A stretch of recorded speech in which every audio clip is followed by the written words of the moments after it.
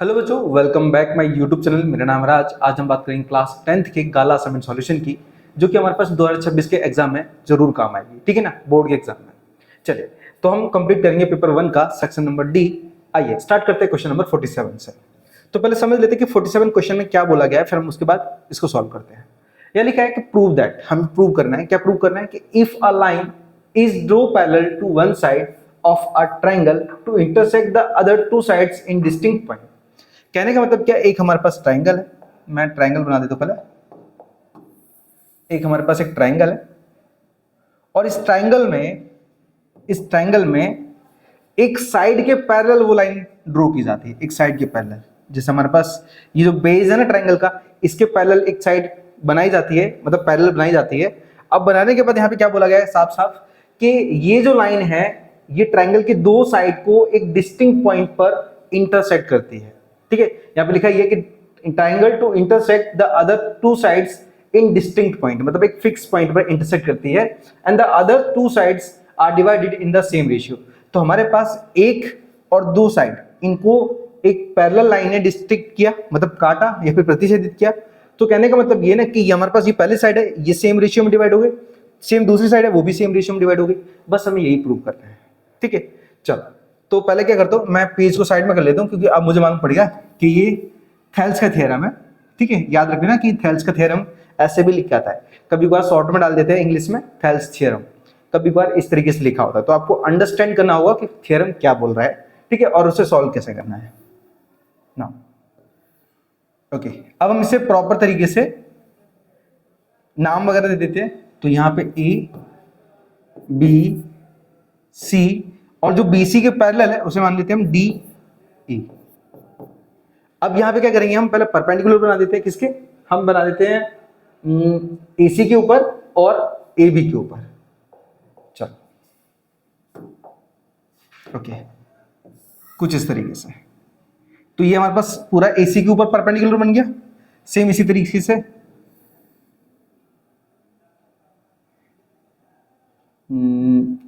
Okay next. तो ये A B के ऊपर हमारे पास ये परपेंडिकुलर बन गया। अब इनका भी नाम दे देते हैं हम। चलो नाम दे देते हैं एम एन, दे देते हैं एम एन। ठीक है, आपकी इच्छा है ओ पी पी क्यू कुछ भी दे सकते हो, आपके ऊपर डिपेंड करता है वहां पे। ठीक है, जो आप प्रूव करना चाहते हो वो आपको मिल जाएगा ना। अब हमारे पास क्या करेंगे, हम इनको भी ऐड कर लेते हैं। किसको? मैं बता दूं, हमारे पास बीई को और यहाँ पे डीसी। ठीक है, ज्वाइन कर दिया। अब ज्वाइन करने के बाद हमें क्या करना है, इसी से प्रूव करना है। अब प्रूव क्या करना है वो मैं आपको वन बाय वन बता देता हूँ। देखो, सबसे पहले हम क्या करेंगे, ये वन साइड लेंगे, ये दूसरी साइड लेंगे, क्योंकि हमारे पास जो डीई ने क्या किया है, ये ए बी को दो इक्वल पार्ट में डिवाइड किया है। ठीक है, तो ये 1 और 2, हमारे पास एक पार्ट 1 हो गया और दूसरा पार्ट 2 हो जाएगा। इसी तरीके से 3 और 4। ठीक है, वहां पे आपको नंबर मेंशन नहीं करना है, मैं आपको समझा रहा हूं। अगर कुछ बच्चे नए हैं, अभी भी थ्योरम नहीं समझ में आ रही है, तो मैं उनके लिए समझाने के लिए यहाँ पे 1 2 3 4 ऐसा हिंट दे रहा हूं। ठीक है, समझना ना। अब यहाँ पे लिखेंगे क्या, हम थोड़ा बहुत स्टेटमेंट भी लिखेंगे। यहाँ पे स्टेटमेंट भी लिखेंगे। स्टेटमेंट में क्या रहेगा हमारे पास? स्टेटमेंट में रहेगा हमारे पास कि draw a triangle ABC and parallel line and draw लिख देते फिर से ड्रॉ। हमने क्या किया, डीई को पैरेलल बनाया किसके? बीसी के लिए। ठीक है, जो भी हमने यहाँ पे एक्टिविटी की ना वो हमें दिखानी पड़ेगी यहाँ पे, याद रखना। अब उसके बाद हमने क्या किया, पैरेलल बनाने के बाद हमने परपेंडिकुलर भी बनाया, तो वो भी डाल दो। ठीक है, उसके बाद हम क्या करेंगे, परपेंडिकुलर बता दो हमारे पास कौन सा होगा। देखो, ए बी के ऊपर परपेंडिकुलर कौन सा माना जाएगा हमारे पास? M E. ठीक है, तो लिखेंगे कि एम ई परपेंडिकुलर है हमारे पास किसके ऊपर? ए बी के ऊपर, एंड हमारे पास ए बी ले लिया हमने। अब ए सी की बात करते हैं। तो हमारे पास ए सी के ऊपर परपेंडिकुलर कौन सा है? डी एन है। तो डी एन परपेंडिकुलर ऑफ ए सी। ठीक है, एंड ज्वाइन बीई और सीडी, लो। अब जितना भी हमने वहां पे किस तरीके से ट्रायंगल बनाया, क्या लिखा क्या नहीं लिखा, वो सारी चीजें मैंने यहाँ पे बता दी है। अब बताने के बाद हमें प्रूव क्या करना है तो वो ले लो। तो हम लिखेंगे यहाँ पे नेक्स्ट में टू प्रूव। अब हमें प्रूव क्या करना है, प्रूव ये करना है कि हमारे पास जो डीई लाइन है ना, इसने क्या किया है, AB को इंटरसेक्ट किया है किस पे, डी पॉइंट पर। तो हमारे पास जो ऊपर वाली जो साइड होगी वो नीचे वाले साइड के रेशियो में आएगी, मतलब प्रोपोर्शन में आएगी बोल सकते हो। तो इसे लिखोगे AD अपॉन में DB, AD अपॉन में DB। ओके करेक्ट है। नाउ अब इसी तरीके से जिस तरीके से हमने यहाँ पे AB के बारे में बताया, वैसे ही किसके बारे में बताना पड़ेगा हमें, AC के बारे में। तो लिखेंगे AE अपॉन में AC, AE अपॉन में EC। ठीक है, कुछ इस तरीके से ये हमें प्रूव करना है। अब कैसे करना है तो उसके लिए लेना पड़ेगा हमें एक ट्रायंगल का एरिया, क्योंकि सीधी सी बात हम ट्रायंगल का यूज कर रहे हैं। चलो तो हम लिखेंगे सीधा एरिया ऑफ ट्रायंगल, ये यूज करेंगे हम फॉर्मूले को 1/2 इंटू बेस इंटू में हाइट। चलो अब यहां से हम स्टार्ट करेंगे अपने सॉल्यूशन को। ठीक है, चलो आई होप यहां तक आपको स्टेटमेंट वगैरह मालूम पड़ गया होगा किस तरीके से यहाँ पे लिखना है। देखो 4 मार्क का थ्योरम है तो आपको थोड़ा बहुत तो लिखना पड़ेगा उसके बारे में डिटेल में। ठीक है, तो ये मैंने डिटेल दे दी, उसके स्टेटमेंट्स दे दिए, हमने कैसे क्या बनाया ट्रायंगल को, वो सारी चीजें। ठीक है, अब सॉल्यूशन मैन हमारे पास यहां से होगा, हमें प्रूव करना है AD अपॉन में DB और AE अपॉन में EC, ये प्रूव करना है। तो सबसे पहले हम क्या करेंगे, यहाँ पे जो हमने 1 2 लिखा है ना, 1 2 वो मैंने हिंट दिया है कि पहले हम स्टार्ट करेंगे इस 1 से। तो ट्रायंगल लेंगे कौन सा हम, ADE। तो हम लिखेंगे इन ट्रायंगल ADE। अब इस ट्रायंगल ले लिया हमने ये वाला। अब ये ट्रायंगल लेने के बाद, ADE लेने के बाद हम क्या करेंगे, यहाँ पे ये पूरी साइड और ये परपेंडिकुलर लेंगे, क्योंकि हम क्या करेंगे ADE का एरिया निकालेंगे। तो लिखेंगे हम एरिया ऑफ ट्रायंगल ADE बराबर 1/2 इंटू, अब बेस क्या होगा, बेस तो बेस होगा हमारे पास AD, बेस हमारे पास क्या होगा AD इंटू, और हमारे पास हाइट क्या होगी, तो हमारे पास ये अल्टीट्यूड ये थे तो इन्हें हाइट माना जाएगा इन्हें। ठीक है, तो हमारे पास क्या होगा ME, ये हो जाएगा ME। ये हो गया इक्वेशन नंबर फर्स्ट। ठीक है, इसी तरीके से हम क्या करेंगे, जैसे हमने फर्स्ट साइड को कंप्लीट किया, सेकंड साइड की बात ये आएगी। अब लेंगे हम कौन सा, इन ट्रायंगल DBE याद रखना, फिर से लिखेंगे हम इन ट्रायंगल DBE।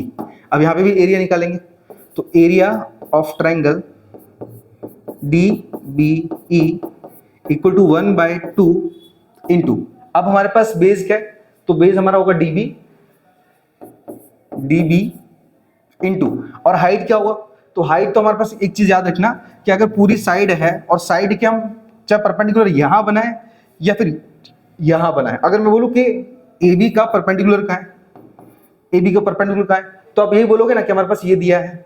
ठीक है, तो हमारे पास साइड कितनी भी बड़ी हो और वो परपेंडिकुलर कहीं भी हो, चाहे बीच में हो, लेफ्ट साइड में हो, राइट साइड में हो, परपेंडिकुलर को हम परपेंडिकुलर ही मानते हैं। तो हमारे पास ये जो पूरी साइड ना AB के ऊपर हमारे पास क्या, ये ME पहले से ही था, ये पूरी साइड क्या एक जैसी थी, सीधी साइड थी, एक तरीके से एक लाइन थी। ठीक है, तो ME ही हमारा परपेंडिकुलर होगा इस नीचे वाले ट्रायंगल के लिए। ठीक है, तो लिखेंगे यहाँ पे ME, ये हो जाएगा इक्वेशन नंबर 2। आई होप हमने ME क्यों लिया आपको मालूम पड़ गया हो, क्योंकि ट्रायंगल मतलब कोई भी साइड के ऊपर अगर वो लाइन कहीं भी है, अल्टीट्यूड कहीं भी है, उसी को हम काउंट करते हैं एज अ परपेंडिकुलर। ठीक है, याद रख लेना। अब हम क्या करेंगे यहाँ पे, अब नेक्स्ट स्टेप पे यहां हम लिखेंगे क्या, in triangle from equation 1 and 2। अब जो कैलकुलेशन निकाला उसी को हम लेंगे। अब इसका क्या करेंगे, हम रेशियो निकालेंगे, मतलब हम प्रोपोर्शन निकालेंगे तरीके से। रेशियो और प्रोपोर्शन वैसे अलग होता है, रेशियो निकाल रहे हैं फिलहाल तो हम। देखो तो हम लिखेंगे यहाँ पे एरिया ऑफ ट्रायंगल ADE अपन में एरिया ऑफ ट्रायंगल DBE। अब जो भी कीमत निकाली वो रख लो, तो ऊपर वाली कीमत हम सेम उतार दो, 1/2 इंटू AD इंटू ME अपन में 1/2 into DB into ME। ME से ME कट जाएगा, 1/2 से 1/2 कट जाएगा, तो बचेगा क्या हमारे पास, AD अपॉन में DB बचेगा। ये हो जाएगा इक्वेशन नंबर 3। तो मैंने क्या किया, यहाँ पे पहला और दूसरे साइड से हमने यहाँ का प्रोपोर्शन निकाल लिया है, मतलब हमारे पास इसका अपॉन में निकाल लिया है डेरिवेशन। चलो, आई होप मैंने किस तरीके से फाइंड आउट किया वो आपको मालूम पड़ गया हो। ठीक है, आप अगर बुक में देखोगे, आप असाइनमेंट में सॉल्यूशन में देखोगे तो 3 से 4 स्टेप में पूरा किया है, लेकिन ये आपको स्टेप बाय स्टेप में बता रहा हूँ कि कैसे करना है। ठीक है, करोगे कोई गलत नहीं मानेंगे, हमेशा राइट ही बताएगा टीचर आपका। ठीक है, चलो, हाँ ये बोल सकते हैं कि टीचर का सॉल्यूशन शायद मेरे से अलग हो सकता है, बाकी उनका जो बताने का मकसद रहेगा या फिर मेरा बताने का मकसद रहेगा वो एक ही है। ठीक है, चलो, अब मेरे पास वैसे स्पेस थोड़ी कम पड़ रही है, मैं एक काम करता हूँ इसको थोड़ा सा छोटा कर लेता हूँ, क्योंकि 4 मार्क्स यार।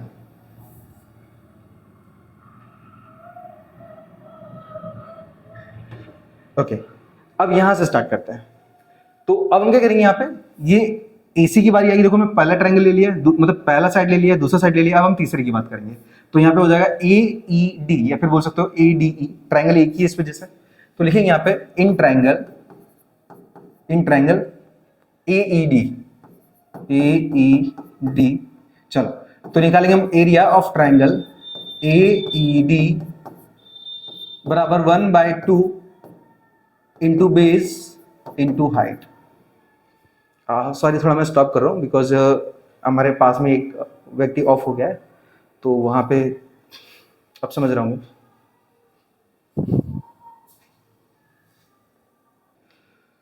हरे कृष्ण हरे मुरारी। चलो, तो उनकी अब जो बॉडी है वो जा चुकी है। चलो, हम कंटिन्यू करते हैं आगे ना। अपने पास मैंने क्या लिखा यहाँ पे B इंटू H लिखा, हम इसे डायरेक्ट भी लिख सकते हैं, क्या यहाँ पे देखो हमारे पास फॉर्मूला तो मैंने एक साथ यहाँ पे डाल ही दिया था बीच में, आपने देखा था ना कि बेस इंटू हाइट।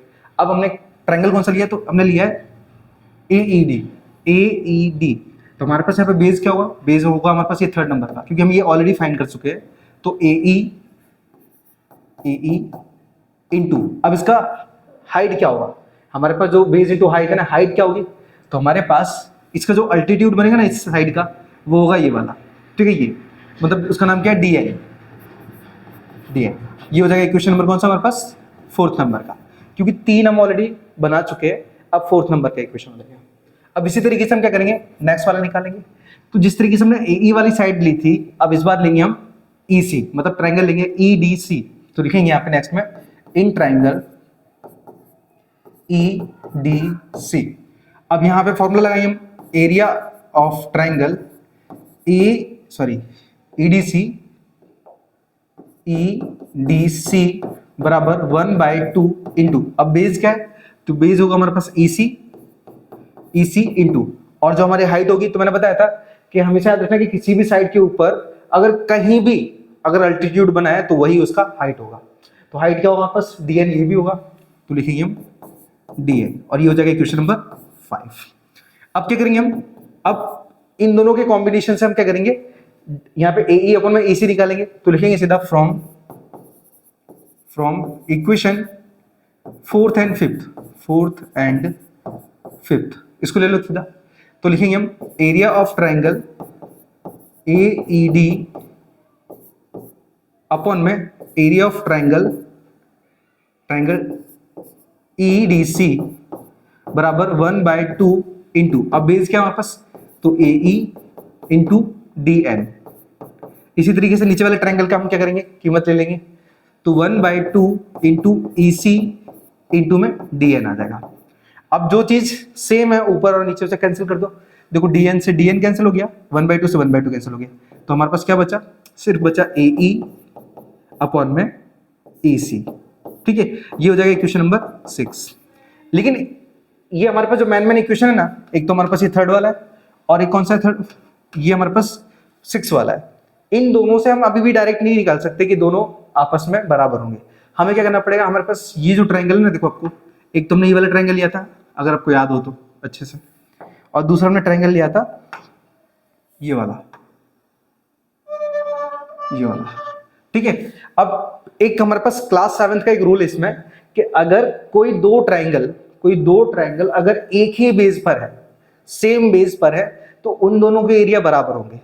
तो हमारे पास क्या होगा, ये वाला जो साइड है उसी ट्रायंगल का हिस्सा होगा, ये वाला जो साइड है उसी ट्रायंगल का हिस्सा होगा, तो ये दोनों आपस में बराबर होंगे, तो इससे क्या होगा हमारे पास कि ये आपस में प्रोपोर्शन बन सकते हैं। ठीक है, तो हम बोल सकते हैं यहाँ पे क्या कि ट्राइंगल कौन सा हमारे पास पहला D B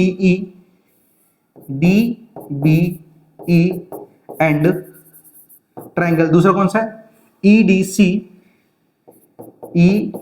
C on the same base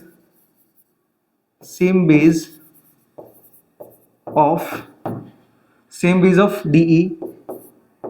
DE, so both triangles area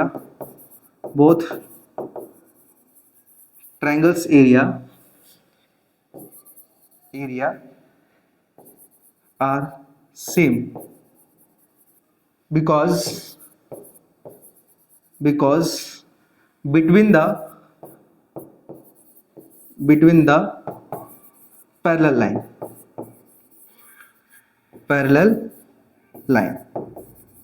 ठीक है, तो हमारे पास क्या है, दो चीज थी, एक तो दोनों सेम बेस पर है और दूसरा पैरेलल लाइन के बीच में है। इस वजह से क्या होगा, दोनों का जो ट्रायंगल का एरिया होगा वो सेम होगा। ठीक है, अगर आप ऐसा स्टेटमेंट नहीं डालना चाहते तो एक और लिख सकते हो, मैं इसको थोड़ा चेंज करके दूसरा भी बता सकता हूँ। अगर थोड़ा सा शॉर्ट में चाहिए तो हल्का सा, ज्यादा शॉर्ट में नहीं होगा, याद रखना, क्योंकि हमें पूरी स्टेटमेंट बतानी पड़ेगी हम कर क्या रहे हैं। यहाँ पे हम लिखेंगे कि both triangle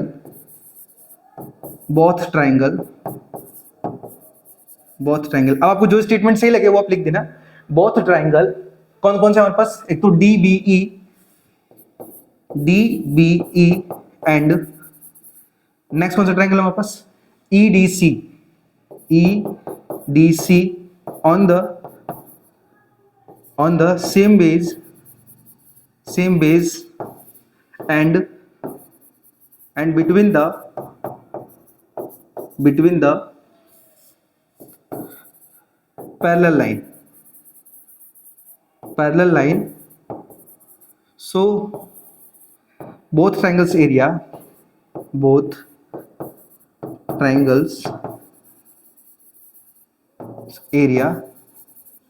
are also same, लिख देता हूँ also same, क्योंकि वो पहले से सेम होते हैं, वो तो हमने स्टेटमेंट दिया है। ठीक है, अब एक लास्ट स्टेप होगा कौन सा हमारे पास, हम ये वाले ट्रायंगल भी ले लेंगे, तो लिखेंगे DBE triangle DBE equal to दूसरा कौन सा ट्रायंगल है EDC ट्रायंगल EDC। अब इसमें क्या होगा हमारे पास, ये आ जाएगा हमारे पास 7th नंबर का पॉइंट। ठीक है, ये 7th नंबर का पॉइंट। अब यहां पे जाके हमारे पास क्या है, कंफर्मेशन कंफर्म होगी। ठीक है, मतलब अब हम जाके लिख सकते हैं लास्ट में कि हमारे पास जो मेन इक्वेशन है, एक तो ये इक्वेशन हो गया, एक थर्ड हो गया और एक 6 हो गया, तो लिखेंगे from equation third 6 and 7th hence. ठीक है, 7th क्या होगा हमारे पास, यहां पे लिखेंगे सीधा कि हमारे पास जो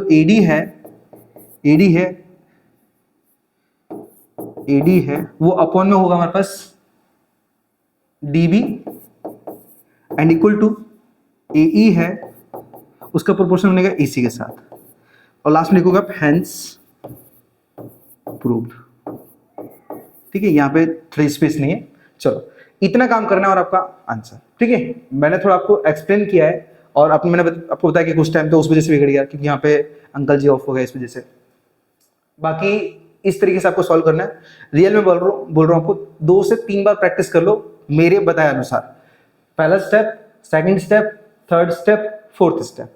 ठीक है, ये 4 स्टेप आपको, वैसे 4 नहीं, हम 4 से ज्यादा है, लेकिन मतलब 6 स्टेप है कुल मिला के। ठीक है, और पॉइंट की बात बोले तो हमारे पास कुल मिला के 7 पॉइंट है। ठीक है, अगर आपने अच्छे से समझ के कर लिया ना, मतलब आपका सवाल पूरा कंप्लीट हो जाएगा। मैंने यहाँ पे डिटेल में बताया है, आप है ना यहाँ पे बुक में देखोगे तो वहां पे डिटेल में नहीं, एक तरीके से अगर आप सब यहाँ पे असाइनमेंट में देखोगे तब भी वो डिटेल में नहीं है। तो डिपेंड आपके ऊपर है कि आपको डिटेल जल्दी आ जाएगा अगर ध्यान दोगे तो, नहीं तो आपकी इच्छा है आप असाइनमेंट से भी कर सकते हो। ठीक है, बाकी अगर स्टैंडर्ड वाले दिख रहे हैं ना तो कंफर्म कर ही लेना इसको। ठीक है, चलिए तो अब बाकी की जो वीडियो हम बाद में बनाएंगे क्योंकि हमारा टाइम हो गया, अभी 2:30 बजने वाले हैं, बिकॉज बच्चे आने वाले हैं। ठीक है, चलिए तो अभी के लिए बाय। तो चलिए बात करते हैं हम क्वेश्चन नंबर 48 की। अब ये क्वेश्चन नंबर 48 में क्या बोला गया पहले उसे समझ लेते हैं। यहां लिखा है कि E and F are point on the sides PQ and PR respectively of triangle PQR। Okay, तो सबसे पहले हमारे पास एक ट्रायंगल दिया गया है, ट्रायंगल, और जिसका नाम हमारे पास ऑलरेडी गिवन है PQR। तो नाम दे देते हैं हम प्यारा सा PQR। ठीक है, अभी जो PQR है ना, इनमें हमारे पास जो PQ साइड है और जो PR साइड है ना, इन साइड पर एक पॉइंट और दो दिए गए हैं, कौन से, E और F। तो हम क्या करते हैं, इन्हें ज्वाइन कर लेते हैं समथिंग कुछ इस तरीके से। इसका नाम दे दिए हम E और F। अब आगे क्वेश्चन में क्या लिखा है कि for each of the following cases and state whether EF parallel है QR और नॉट। मतलब हमें ये बताना है कि ये आपस में पैरेलल है या नहीं है। ठीक है, चलो, तो ये तो हम बाद में बताएंगे। हम यहाँ पे थ्योरम लगाएंगे BPT। ठीक है, कौन सी थ्योरम लगाएंगे, BPT। चलो मैं लिखूंगा यहाँ पे according to, just wait, according to BPT। अब BPT का फुल फॉर्म क्या होता है, बेसिक प्रोपोर्शनलिटी थ्योरम। ठीक है, चलो, तो हमारे पास अब कीमत क्या दी गई, हम उसके अकॉर्डिंग फैसला करेंगे।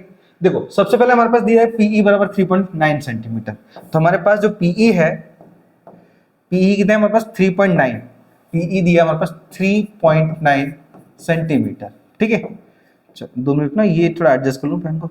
ओके, उसके बाद हमारे पास EQ दिया है, EQ, तो EQ दिया है कितना हमारे पास 3 सेंटीमीटर। एंड आगे हमारे पास PF दिया है 3.6 सेंटीमीटर, 3.6 सेंटीमीटर। और हमारे पास जो FR दिया है वो दिया है हमारे पास FR 2.4 सेंटीमीटर। देखो अब प्रोपोर्शनलिटी का थ्योरम क्या होता है हमारे पास, इनमें क्या होता है कि साइड के रेशियो हो जाते हैं, मतलब PE अपन में EQ, कुछ इस तरीके से। ठीक है, अब अकॉर्डिंग टू BPT तो लिख लिया हमने, तो हम यहाँ पे क्या लिखेंगे, हम लिखेंगे PE अपन में EQ बराबर PF अपन में FR। ठीक है, अब उसके बाद इसकी कीमत रखेंगे हम। ठीक है, तो अगर हमारा LHS इस RHS के बराबर आ जाए, मतलब समझ जाओ कि वो पैरेलल है, और बराबर ना आए तो समझो कि पैरेलल नहीं है। बस इतना सा बताना है हमें। नाउ अब PE की कीमत कितनी है, तो 3.9 सेंटीमीटर अपन EQ की कीमत तो 3 सेंटीमीटर दिया है, एंड इक्वल टू PF की कीमत कितनी है, PF की 3.6 सेंटीमीटर अपॉन में 2.4 सेंटीमीटर। सबसे पहले सेंटीमीटर से सेंटीमीटर, सेंटीमीटर से सेंटीमीटर कैंसिल कर दिया। अब बचे क्या हमारे पास, तो बचे हमारे पास 3.9 सेंटीमीटर, सॉरी सेंटीमीटर तो हटा ही गया, अपॉन में 3 एंड इक्वल टू यहाँ पे 3.6 अपॉन में 2.4। तो सबसे पहले हम क्या करते हैं, इनके पॉइंट्स हटाते हैं। नाउ यहाँ से पॉइंट रिमूव किया तो नीचे 10 से मल्टीप्लाई हो जाएगा, और नीचे से रिमूव करेंगे तो ऊपर 10 से मल्टीप्लाई हो जाएगा। 10 से 10 कट गया। अब 12 के टेबल में 36 और 24 दोनों आते हैं, कितने टाइम में, 12 3 जा 36 एंड 12 2 जा 24, मतलब 3/2 निकला हमारे पास LHS हमारा। ठीक है, LHS नहीं सॉरी RHS। अब इसे भी चेक कर लेते हैं, तो यहाँ से पॉइंट हटाएंगे तो इनटू में हमारे पास क्या हो जाएगा, 10 चला जाएगा। अब कैंसिल हो तो होगा नहीं 10, क्योंकि यहाँ पे ऊपर और नीचे दोनों तरफ 10 आ रहा था, बट यहाँ पे सिर्फ सिंगल साइड आ रहा है एक तरीके से ना। अब देखो 3 1 जा 3, 3 1 जा 3 एंड 3 3 जा 9। अब हमारे पास यहाँ पे 13/10 आया है, 13/10। तो अब देखोगे अगर इसे कैंसिल भी करते हो ना, तो हमारे पास 1.3, मतलब वैल्यू कैसी आएगी हमारे पास, पॉइंट में आएगी, और इसे डिवाइड करोगे तो ये 1.5 आएगा। मतलब हमारे पास दोनों की जो वैल्यू है, दोनों की वैल्यू है वो एग्जैक्ट सेम नहीं है। हमारा जो LHS और इक्वल RHS नहीं है, हम लिखेंगे LHS does not equal to RHS। ठीक है, तो अब हमारे पास इससे क्या होगा, मैंने क्या बोला था कि अगर LHS बराबर RHS ना हो, मतलब समझ जाओ कि हमारे पास जो EF है वो QR के पैरेलल नहीं है। लिखेंगे कि LHS and RHS is not equal, so EF is not parallel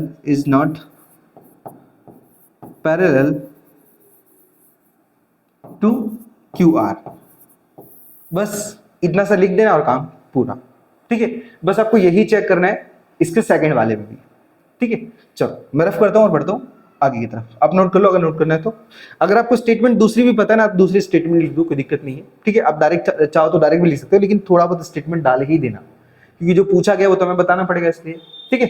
चलो रफ कर लेते हैं, आप नोट कर लो, तब तक मैं एक बार विजिट कर लेता हूँ कैमरे को। ओके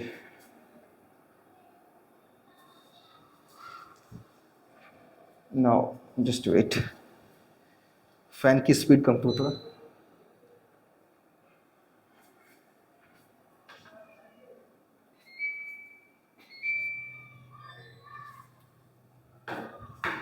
ओके चलिए रफ कर देते हैं।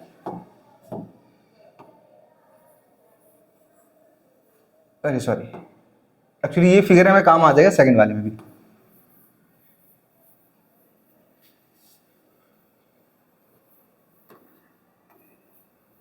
याद रखना है कि अगर आप एग्जाम में अटेंड कर रहे हो ना, तो मैंने आपको कई बार बताया है, हर बार बताया है कि आप सबसे पहले अपनी कीमत मेंशन करोगे, उसके बाद ये सब लिखोगे, ठीक है। चल अब सेकंड वाले की बात कर लेते हैं। तो सेकंड वाले में क्या लिखा है हमारे पास कि पीई की कीमत 4 सेंटीमीटर है। इस बार हमारे पास पीई की 4 सेंटीमीटर कीमत है। मैं पहले से रफ कर देता हूँ।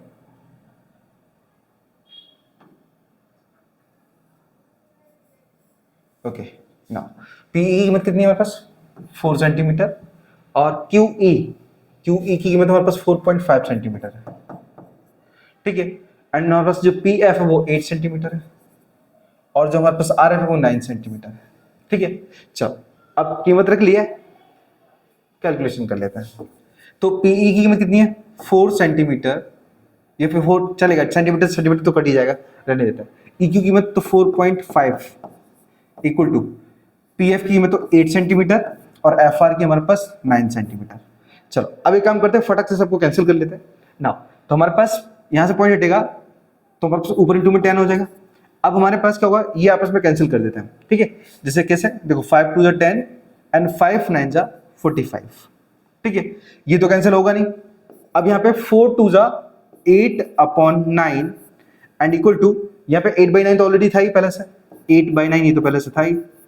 तो यहाँ पे क्या मैंने क्या बोला था कि अगर ये जो LHS है, मतलब सॉरी ये जो हमारे पास साइड है, इस साइड की अगर बराबर बनती है तो सीधी सी बात है कि वो आपस में एक दूसरे के क्या बोलते हैं हमारे पास इक्वल होंगे। एंड जिस वजह से क्या हुआ कि दो हमारे पास लाइन होगी ना EF, वो QR के पैरेलल बनेगी ही बनेगी, ठीक है। तो लिखेंगे हम LHS इक्वल टू RHS, ये दिया है हमारे पास, तो लिखेंगे कि हमारे पास क्या है, जो EF है इज पैरेलल टू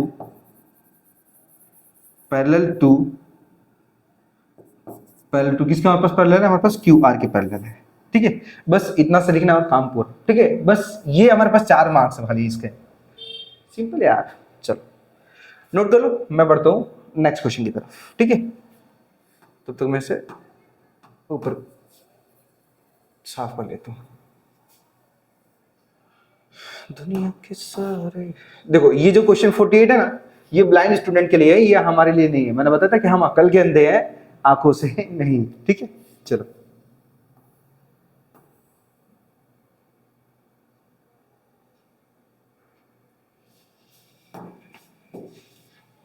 क्योंकि इतने मक्खन मक्खन से क्वेश्चन में बच्चे बोलते हैं हार्ड है यार, क्या हार्ड है यार क्वेश्चन, कुछ नहीं यार, कुछ भी नहीं, ठीक है। चलो ओके, तो अब हम बात करेंगे क्वेश्चन नंबर 49। इसको थोड़ा सा ध्यान देना, क्वेश्चन वैसे इजी है, लेकिन अगर आपने समझ लिया ना अच्छे से तो ज्यादा हार्ड नहीं लगेगा आपको, ठीक है। देखो अब हमारे पास क्वेश्चन नंबर 49 में क्या लिखा है पहले समझ लेते हैं। अब ये जो 49 है ना, इसके अंदर हमारे पास क्या दिया गया है कि फाइंड 2 कॉन्सेक्यूटिव पॉजिटिव इंटीजर। अब कॉन्सेक्यूटिव किसको बोलते हैं, मतलब जैसे 1 है तो 1 के बाद 2 है, 3 है 3 के बाद 4 है, 5 है 5 के बाद 6 है, क्योंकि 2 बोला है हमारे पास, 2 कॉन्सेक्यूटिव पॉजिटिव इंटीजर, ठीक है ना। तो हमारे पास सिर्फ हमें क्या करना है, 2 ही नंबर चाहिए, एक नंबर चाहिए और एक उसका अगला वाला, मतलब नेक्स्ट नंबर चाहिए एक तरीके से। तो हम क्या करेंगे, इसी तरीके से फर्स्ट एंड सेकंड नंबर मानेंगे, ठीक है। तो लिखेंगे लेट बी करके, let be first number is x। देखो अब हमें तो पता नहीं है कि हमारे पास पहला नंबर कौन सा हो सकता है, 5 हो सकता है, 10 हो सकता है, 9 हो सकता है, 11 हो सकता है, 100 हो सकता है, 105 हो सकता है, कुछ भी हो सकता है। तो एग्जैक्ट जब ना पता हो तो मैथ के अंदर हम क्या करते हैं, माना कि कटोरी में मटर पनीर है और हम खा रहे हैं, भले कुछ ना हो, ठीक है। तो इसी तरीके से क्या करेंगे, नंबर पता नहीं है लेकिन x मान लिया हमने। अब इसका अगला वाला नंबर क्या होगा, तो इससे जुड़ता हुआ होगा ना, कितना जुड़ेगा, तो एक ही तो जुड़ेगा खाली, तो हम लिखेंगे एंड सेकेंड, या फिर नेक्स्ट नंबर बोल सकते हैं हमारे पास, सेकेंड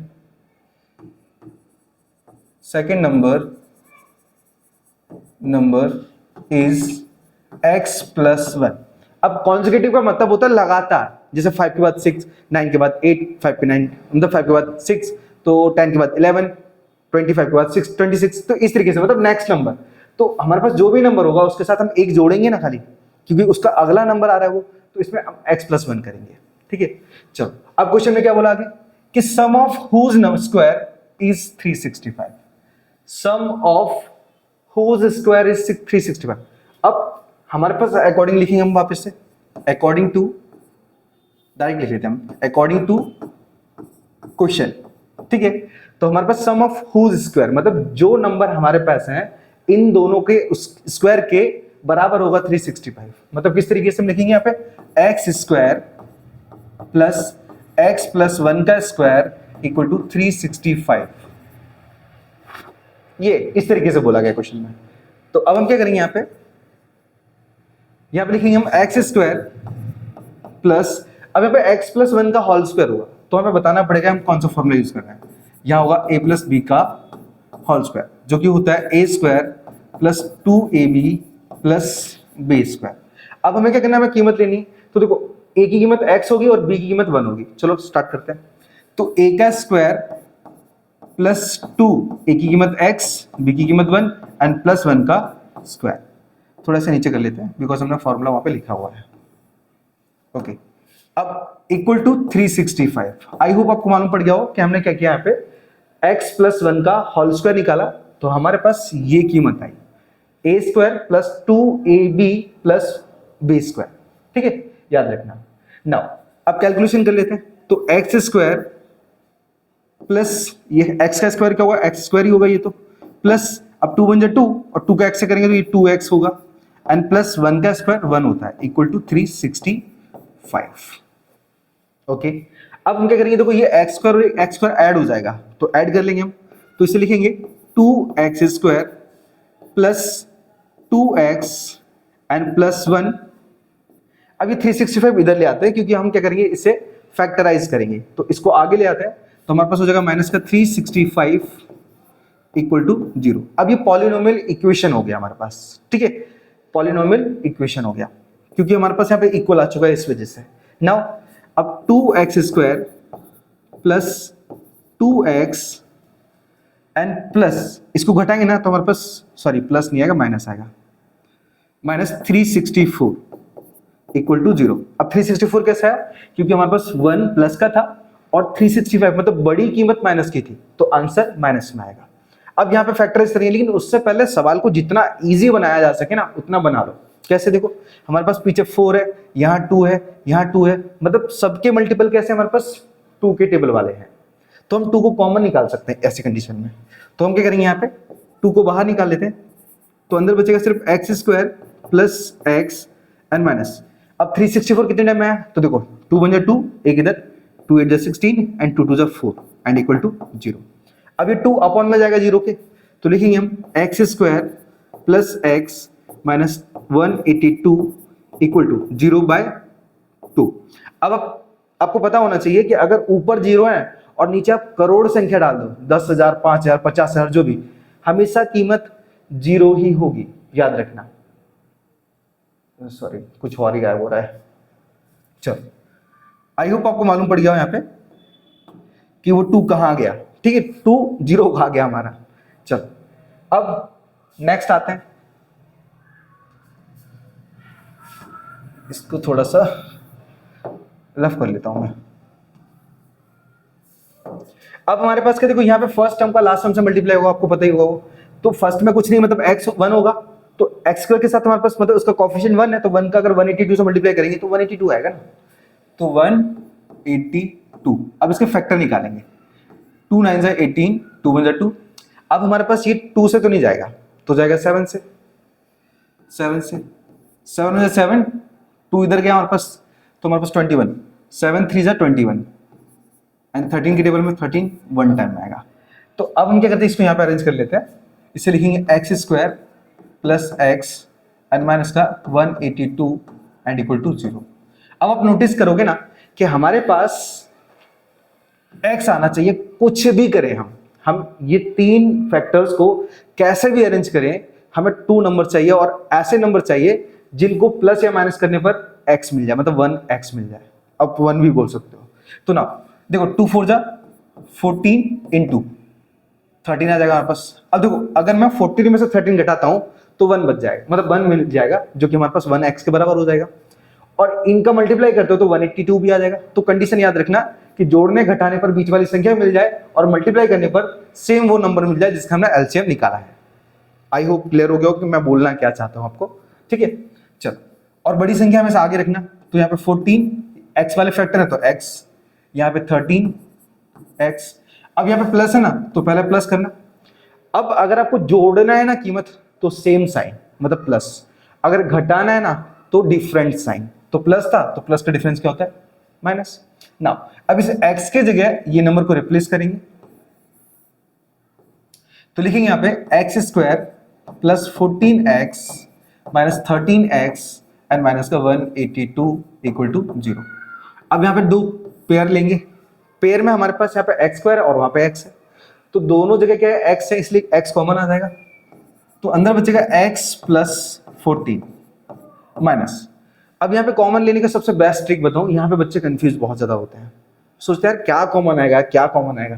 तो ऐसी कंडीशन में आपको क्या देखना है कि इस x के साथ कोई वैल्यू है, बोले नहीं है, तो उसके पास कौन सी वैल्यू, बोले 13 है, तो पूरा खींच लो बाहर, कुछ देखने की जरूरत नहीं है, 13 पूरा बाहर निकाल लो। अब 13 पूरा बाहर निकालेंगे ना तो वो x अकेला बचेगा, जैसे कि ये है, मतलब मेरी तरह बोले तो सिंगल, ठीक है, प्योर सिंगल। अब 13 बाहर निकाला, कुछ देखने की जरूरत नहीं है उसके अंदर, सेम चिपका दो यहाँ पे। तो लिखोगे x plus 14 and equal to 0। अब आप नोटिस करोगे कि हमारे पास हमने बाहर जब इसको कॉमन लिया तो मल्टीप्लाई करने पर देखो सेम वैल्यू आएगी। देखो कैसे, माइनस मतलब 13 का x से मल्टीप्लाई करेंगे तो minus 13x and minus plus minus, और 13 का अगर 14 से मल्टीप्लाई करोगे तो 182 आएगा ही आएगा। आई होप क्लियर हो गया हो ये क्वेश्चन, क्योंकि ये आपको ज्यादातर चैप्टर 4 में देखने को मिलेगा, याद रखना, ठीक है। मैंने निकाला था इस तरीके से, अब आपके ऊपर डिपेंड है आप कैसे फाइंड आउट कर सकते हो, ठीक है। चलो, तो हमारे पास एक ये कीमत दी गई है और एक ये दी गई है, दोनों कीमत सेम होनी चाहिए। तो हमारे पास सेम है, उसे 1 टाइम लिखो, तो x plus 14 equal to 0 and हमारे पास x माइनस 13 इक्वल टू 0। तो अब इसको उधर ले जाओ तो हमारे पास क्या होगा, x बराबर माइनस का 14 होगा और यहाँ पे x इक्वल टू प्लस का 14 होगा, सॉरी 13 होगा, सॉरी। देखो अब सीधी सी बात है, अगर मैं आपको काउंट करने के लिए बोलूं, जैसे हमारे पास 1 है 9 है 5 है, जो भी एक तरीके से बच्चों को काउंट करो, मतलब है ना, सीढ़ियों को काउंट करो, मतलब बेंचेस को काउंट करो, कुर्सी को काउंट करो, कभी नेगेटिव आ सकता है क्या, नहीं। तो हमारे पास नेगेटिव नंबर नहीं होगा, तो हमारे पास जो मैन नंबर होगा वो होगा 13, ठीक है। तो हमारे पास हम ये बोलेंगे यहाँ पे कि द फर्स्ट नंबर इज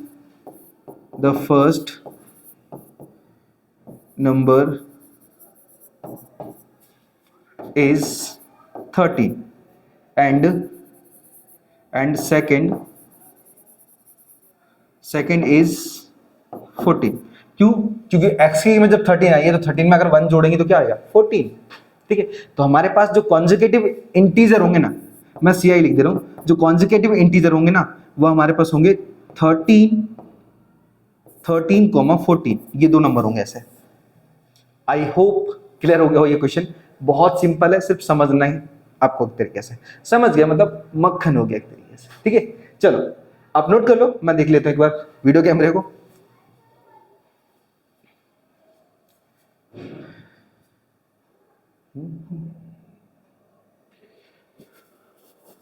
चलिए रफ कर लेते से। प्रेम न करिया कि तुम भी डगरिया चलो, अब नेक्स्ट क्वेश्चन नंबर 50 की बारी।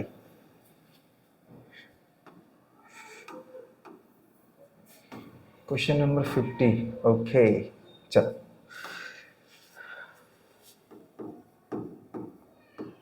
अब क्वेश्चन नंबर 50 में क्या बोला है तो उसे भी समझ लेते हैं। यह लिखा है कि Ramkali saved 5 in the first week of a year and then increased her weekly savings by 1.75 rupees. If in the nth week, if in the nth week her weekly savings become 20.75, find n। मतलब question में ऐसा बोला गया है कि उसने starting जो saving की वो 5 रुपए से की और हर वीक 1.75 जोड़ती गई और लास्ट में जाके उसकी जो कीमत है, मतलब जो उसने सेविंग की है वो 20.75 रुपीज है। तो बताओ कि इतनी सेविंग उसने कितने वीक में की, बोले तो एन निकालना। ये चैप्टर नंबर 5 का क्वेश्चन है, समझना ठीक है ना। चलो बहुत सिंपल है, कोई ज्यादा हार्ड नहीं है। देखो अब हमारे पास उसने पहली सेविंग कब की, सॉरी वीक तो बताया नहीं यहाँ पे, पहली सेविंग कितने रुपए की, बोले 5 रुपीज।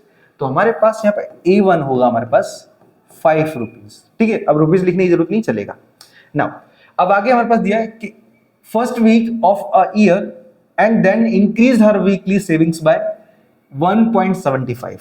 अब सोचना कि मैंने पहले 5 रुपए डाले, फिर मैं क्या किया, हर वीक 2 रुपए डाल दिया, 2 रुपए, फिर नेक्स्ट 2 रुपए, फिर नेक्स्ट 2 रुपए। तो कीमत में डिफरेंस कितने का आ रहा है, 2 रुपए के आ रहे हैं ना। जैसे मैंने पहले 5 रुपए डाले थे फर्स्ट वीक में, सेकंड वीक में मैंने क्या किया, 2 रुपए डाल दिए, तो 5 और 2 7। तीसरे वीक में 2 रुपए फिर डाल दिए, मतलब 9। तो गैप कितने का पड़ रहा है, 2 रुपए का पड़ रहा है, मतलब हमारा डिफरेंस वो 2 रुपए होगा।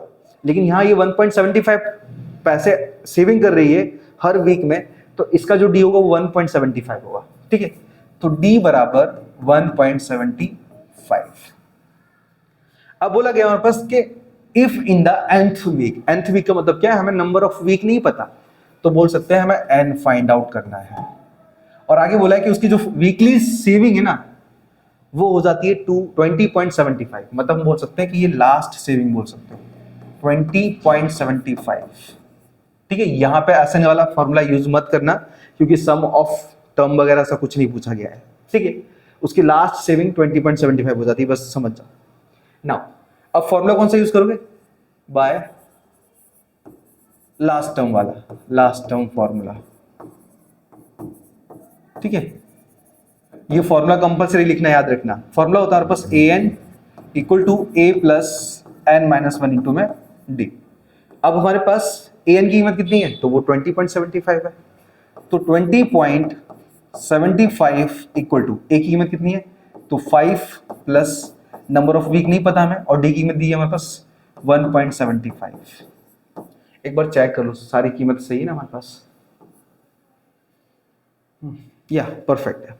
नाउ सबसे पहले 5 को इधर लेके जाते हैं, तो हमारे पास 20.75 minus 5 equal to n minus 1 और इनटू में आएगा हमारे पास 1.75। याद रखना दो ब्रैकेट है तो इनके बीच में जो रिलेशन होता है वो मल्टीप्लीकेशन वाला ही होता है। नाउ अब इसमें से 5 घटाएंगे, तो हमेशा आपको याद रखना है, देखो आपको ये चोचले नहीं करना है कि 20 पॉइंट फलाना लिखा, ऐसा नहीं करना एक तरीके से। अब देखो हमारे पास क्या ये पॉइंट वाली संख्या बोले नहीं, तो पॉइंट के आगे वाली संख्या को हम कंप्लीट नंबर बोल सकते हैं, होल नंबर बोल सकते हैं। तो उसमें से डायरेक्ट घटाओ, बोले 20 में से 5 गया तो आएगा 15.75, ठीक है। बच्चों जैसे काम नहीं करना हमको, सीधी सी बात है। चलो अब इक्वल टू n माइनस 1, तो ये जो 1.75 वो मल्टीप्लाई में है, और मल्टीप्लाई वाली चीज को अगर इक्वल के right side, sorry left side लेके जाता है ना, तो वो डिवाइड में आता है, हमेशा याद रखना। तो हम लिख सकते हैं यहाँ पे 1.75। नाउ अब कैलकुलेशन करेंगे, देखो 2 डिजिट पहला पॉइंट है, 2 डिजिट पहला पॉइंट है, तो ऊपर से पॉइंट हटाएंगे ना तो इंटू में नीचे 100 आ जाएगा, और नीचे से हटाएंगे ना तो ऊपर इंटू में 100 आ जाएगा। 100 से 100 कैंसिल। नाउ अब क्या वैल्यू है हमारे पास, तो 1575 divide by 175 and equal to n minus 1। उरी दादा, ये टेबल तो हमको नहीं आता रे बाबा, मतलब 175 का जो टेबल है वो मुझे तो नहीं आता है, आपको आता है तो डायरेक्ट कर सकते हो, ठीक है। चलो अब नहीं आता तो ऐसी कंडीशन में क्या करेंगे, देखो ऊपर भी लास्ट डिजिट 5 है और नीचे भी 5 है, तो हम क्या करेंगे, इसे 5 से कैंसिल कर देंगे। नाउ तो 5 3 जा 15, 5 1 जा 5, 2 इधर, 5 5 जा 25, नीचे 5 3 15, 2 इधर, 5 5 25। और ये दादा अभी भी बड़ी बड़ी संख्या है, मतलब 735 का भी टेबल नहीं आता। वैसे मैं कर सकता हूँ, ऐसी बात नहीं है, मैं बता दूंगा, यहाँ पे 9 टाइम में चला जाएगा, ठीक है। लेकिन आप सॉरी रुकना, हाँ 9 टाइम में चला जाएगा। लेकिन यहाँ पर हम सवाल को और छोटा कर सकते हैं, बिकॉज हमारे पास 5 यूनिट डिजिट यहाँ पे भी और वहाँ पे भी, मतलब इसे 5 से और कैंसिल कर सकते हैं। चलो तो 5 7 35, 5 6 30, एक इधर जाएगा कैरी, तो हमारे पास 5 3 15 और 7 9 63।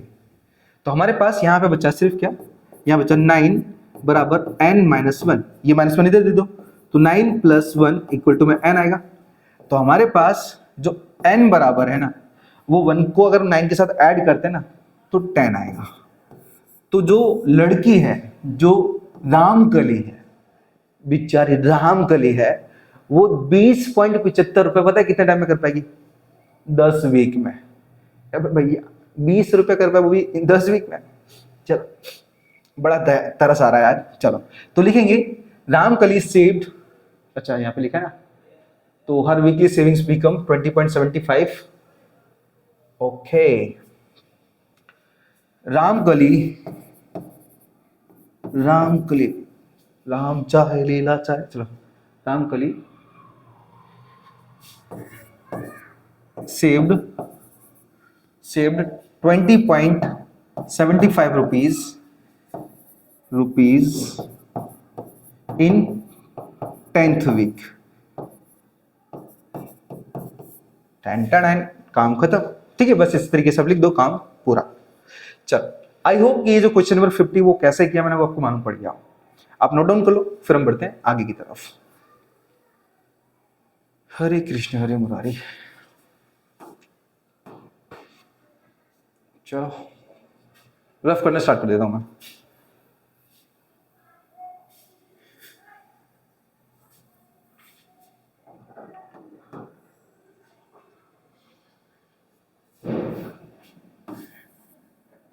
Okay, question number 51। अब क्वेश्चन नंबर 51 में क्या बोला है, तो पहले उसे झांक लेते हैं, मतलब समझ लेते हैं। देखो क्वेश्चन में बोला हमारे पास कि the table below gives the percentage distribution of female teachers in the primary schools of rural areas, various states and union territories, UT union territories of India. Okay, तो यहाँ पे फीमेल टीचर्स की बात की जा रही है, वो भी रेशियो के फॉर्म में एक तरीके से। तो यहाँ पे बोला गया है कि परसेंटेज ऑफ मतलब फीमेल टीचर दिए गए हैं, और यहाँ पे नंबर ऑफ स्टेट्स यानी यूनियन टेरिटरीज दिए गए हैं, ठीक है। तो अपने पास पहले समझना है यहाँ पे कि जैसे समझो नंबर ऑफ स्टेट की बात करें हम, हमारे पास 6 स्टेट ऐसे हैं जिसमें 15 से लेके 25 टीचर हैं, ठीक है। सॉरी परसेंटेज में तो 15% से लेके 25% तक टीचर है, ठीक है।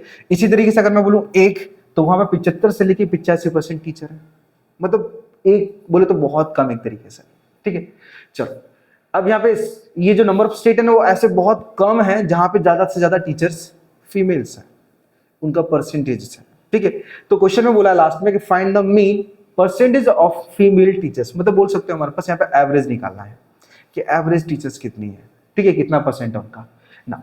तो सबसे पहले हमारे पास अगर मीन निकालना है ना, तो आप क्या करो, पहले ब्रैकेट तैयार करो, मतलब बॉक्स। ओके, अब बॉक्स देखो कितने नंबर, तो 1 2 3 4 5 6 7 8 9। तो हमारे जो रो बनेंगे ना, वो बनेंगे 9, 3 3 6 6 2, अच्छा 1 2 3 4 5 6 7 7 ही होंगे हमारे पास, 7। ओके, अब यहाँ पे फॉर्मूला मीन के तो 3 है, लेकिन जो मैं फॉर्मूला प्रीफर करूँ ना, समझ जाना कि आपके लिए मक्खन है वो, ठीक है। अब समझ कि ये जो मैं जो आपको फॉर्मूला बता रहा हूँ वो स्टेप डेविएशन वाला है। आई होप कि आपको और अच्छा लगता हो, तो अच्छे में और अच्छा तगड़ा अच्छा हो जाएगा एक तरीके से, समझ रहे हो। चलो तो पहले हम क्या करते हैं, सारी कीमतों को लिख लेते हैं। मैं इसको क्लास लिख लेता हूँ, क्लास, ठीक है, क्योंकि मेरे पास इतना स्पेस नहीं है कि मैं परसेंटेज ऑफ फीमेल टीचर्स लिख सकूं, ठीक है ना। अब हमारे पास नेक्स्ट क्या दिया, वो एफ आई होता है, आपको पता ही ऑलरेडी, फ्रीक्वेंसी बोल सकते हैं हम उसे। चल पहले कीमत मेंशन करते हैं, तो 15 से 20, 15 से 25 आए, 10 का डिफरेंस है ना।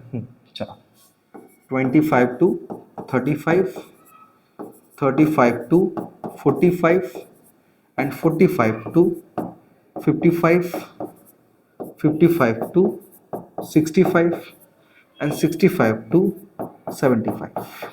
चलो, तो हमने जो क्लास मार्क है सर तो गलती कर दी मैंने, 1 2 3 4 5 6 7, 1 2 3 4 5 6, हाँ एक हमारे पास जो रो है हमें ऐड करना पड़ेगा। चलो ओके, तो हमारे पास 75 to 85, ठीक है। चलो अब हमारे पास जो फ्रीक्वेंसी है उसे हम ले लेते हैं। तो फ्रीक्वेंसी कहां से स्टार्ट है, 6 11 7, 6 11 7 4 4 4 4 2 1 2 1।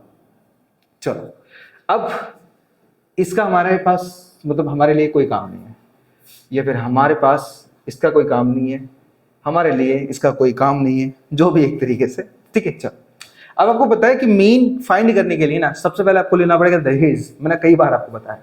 अब दहेज क्या है, तो वो है एक्साई, ठीक है। शादी करोगे तो दहेज मिलेगा, भले तुम खिलाफ हो एक तरीके से, अरे बाप तो अपनी बेटी के लिए देगा ना यार। चलो अब एक्साई निकालते कैसे हैं, ठीक है। समझ ना कि मीन के लिए एक्साई कंपलसरी होता है, इसलिए मैं दहेज बोल रहा हूँ एक तरीके से। जैसे शादी के लिए दहेज कंपलसरी होता है, कोई तो देगा, लड़के वाले देंगे, लड़की वाले देंगे, कोई ना कोई तो देगा, कुछ ना कुछ तो देगा यार। दहेज ही तो हुआ एक तरीके से, डाउरी तो हुआ, ठीक है। तो यहाँ पे जो एक्साई है ना, हमारा जो एक्साई है वो हमें कंपलसरी मीन में निकालना होता है, इतना समझ जाओ। अब इन दोनों के बीच गैप कितने का है, बोले 10 का है। 10 का आधा करो, बोले 5, ठीक है। मैं आपको तरीका बता, देखो वैसा हमारे पास एक तरीका ये है कि 15 और 25 को जोड़ो तो हमारे पास 40 आएगा, और 40 का आधा करो तो 20 आएगा, तो 20 आएगा। लेकिन ये कितना मगजमारी वाला काम है। एक काम करो, पहले गैप चेक करो, तो इसके और इसके बीच के सबके बीच में गैप कितने का, हमारे पास 10 10 का गैप है। देखो 75 85 10 का गैप, 35 45 10 का गैप। 10 का हाफ कर दो, जो गैप आए उसका हाफ कर दो और पहली संख्या में जोड़ते चले जाओ, ठीक है। देखो 5 में ऐड, देखो 15 में 5 ऐड किया तो 20, इसमें ऐड करो तो 30, इसमें ऐड करो तो 40।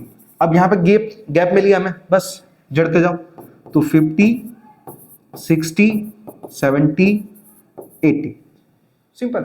नाउ अब मैं यहाँ पे स्टार डेविएशन यूज करूंगा क्योंकि सबसे बेस्ट जल्दी कीमत को फाइंड करने के लिए वही अच्छा है।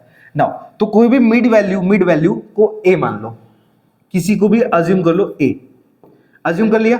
उसके सामने वाली कीमत हमेशा 0 होती है, ऊपर जाओ तो -1 -2 -3, नीचे आओ तो 1 2 3, ठीक है। अब हम क्या करेंगे, अब निकालेंगे FI UI।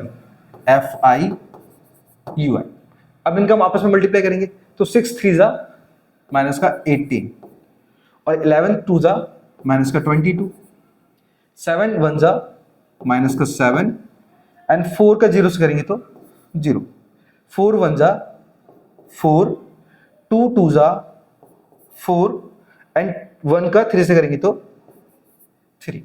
चलो तो हमने क्या किया, अपने ब्रैकेट के अंदर सारी कीमतों को मेंशन कर लिया, सारी कीमतों को। अब क्या करना है, अब हम क्या करेंगे, इसका सिग्मा FI निकालेंगे, सिग्मा FI UI। अब बोलोगे सिग्मा क्या होता है यार, सिग्मा इन सब का प्लस होता है, ठीक है। लेकिन इसमें दो तरह की कीमत है, तो हमें क्या करना पड़ेगा, पहले प्लस वाली कीमत को अलग कर देना पड़ेगा और माइनस की अलग। इनको जोड़ दो, देखो 7 और 18 लगभग हमारे पास 25 होगा, 25 है। अब 25 और 2 27, 27 और 2 तो 57, तो हमारे पास ये करना था, ठीक है ना। आपको भी ऐसे करना है, दोबारा चेक करना है। चलो 7 8 15 कैरी 2 7 कैरी हमारे पास बनाया तो 2 और 1 3 और हाफ करोगे, एकदम राइट है ना। इनको भी कर लेते हैं, तो 4 4 8 8 और 3 11। चलो यहाँ तो कुछ दिखने की जरूरत नहीं है। अब क्या करोगे, देखो हमारे पास माइनस और प्लस में दोनों में, तो माइनस प्लस माइनस ही होते हैं, मतलब कीमत घटनी ही है। तो 7 में से 1 गया तो 6 और 4 में से 1 गया तो 3, तो हमारे पास सिग्मा FI UI 36 है। FI निकालते हैं, तो सिग्मा FI बराबर, इनको जोड़ लेते हैं, तो 1 2 3 3 और 4 7 7 और 4 11 11 और 7 18 18 और 6 24 24 और 11 35, ठीक है। चलो तो हमने सिग्मा FI निकाल दिया, सिग्मा FI UI निकाल दिया। अब जो भी हमारे पास कीमत है उसको हम बाहर निकालेंगे। याद रखना कि जितनी भी कीमत है ना, आप बाहर निकाल के रखो, जो भी आप फॉर्मूले में यूज करने वाले हो, ठीक है। अगर आप ऐसा एग्जाम में करते हो ना, रियल बोल रहा हूँ, एक भी मार्क्स नहीं कटेंगे आपके, ठीक है। चलो तो सबसे पहले हम निकाल लेते हैं h। अब h क्या होता है, डिफरेंस बिटवीन xi, मतलब हमारे पास क्या है 20 और 30 के बीच में गैप कितने का, बोले 10 का। तो xi मतलब h की कीमत होगी हमारे पास 10। अब a क्या लिया है, तो वो a लिया हमने 50, और जो सिग्मा fi है वो हमारे पास है 35, एंड जो सिग्मा fi ui है वो हमारे पास माइनस का 36 है। अब कुछ ऐसा बाकी है हमारे पास जो फॉर्मूले में है, बस इतना ही है। अब फॉर्मूला कौन सा यूज कर रहे हैं, फॉर्मूला यूज कर रहे हैं स्टेप डेविएशन वाला, ठीक है। तो लिखेंगे बाय स्टेप डेविएशन फॉर्मूला,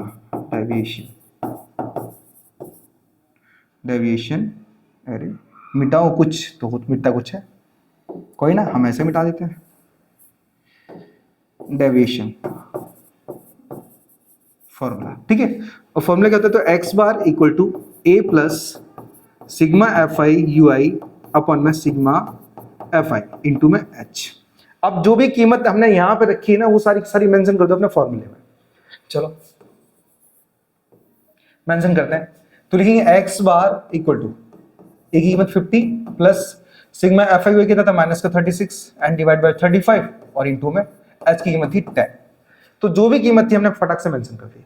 अब कैलकुलेशन कर लेते हैं और हमारा आंसर आ जाएगा। देखो तो 5 2 10 एंड 5 7 35, बिकॉज वहां पर 10 और 35 दोनों ही 5 के टेबल में कॉमन थे, ठीक है। चलो तो x बार इक्वल टू 50, ये प्लस माइनस माइनस हो जाएगा तो है ऊपर 36। एक काम करते हैं ना, हम ऊपर से मल्टीप्लाई करें, देखो 2 से और 7 मतलब 7 से 2 या फिर 2 से 7 आपस में कैंसिल तो होंगे नहीं, तो हम क्या करेंगे इसका ऊपर मल्टीप्लाई कर देते हैं। तो 36 2 जा 72 एंड डिवाइड बाय 7 आ जाएगा। अब 72 को हम 7 से डिवाइड करेंगे ना, तो जो वैल्यू आएगी फटक से हम क्या करेंगे घटा देंगे और हमारा आंसर आ जाएगा। नाउ एक काम करते हैं, पहले डिवाइड कर लेते हैं 72 डिवाइड बाय 7, ठीक है। यहाँ पे एक रूल्स देखने को मिलेगा तो उस पर थोड़ा सा गौर ज्यादा करना। देखो यहाँ पे 7 बन जा 7, अब रिमाइंडर कितना है हमारे पास 0, तो क्या करेंगे हम ऊपर से 2 उतारेंगे। क्या ये 2 7 को सेटिस्फाइड करेगा, बोले बिल्कुल नहीं, क्योंकि 2 तो बहुत छोटा है। तो ऐसी कंडीशन में क्या करना पड़ेगा, हमें पॉइंट रख के 0 लेना पड़ेगा।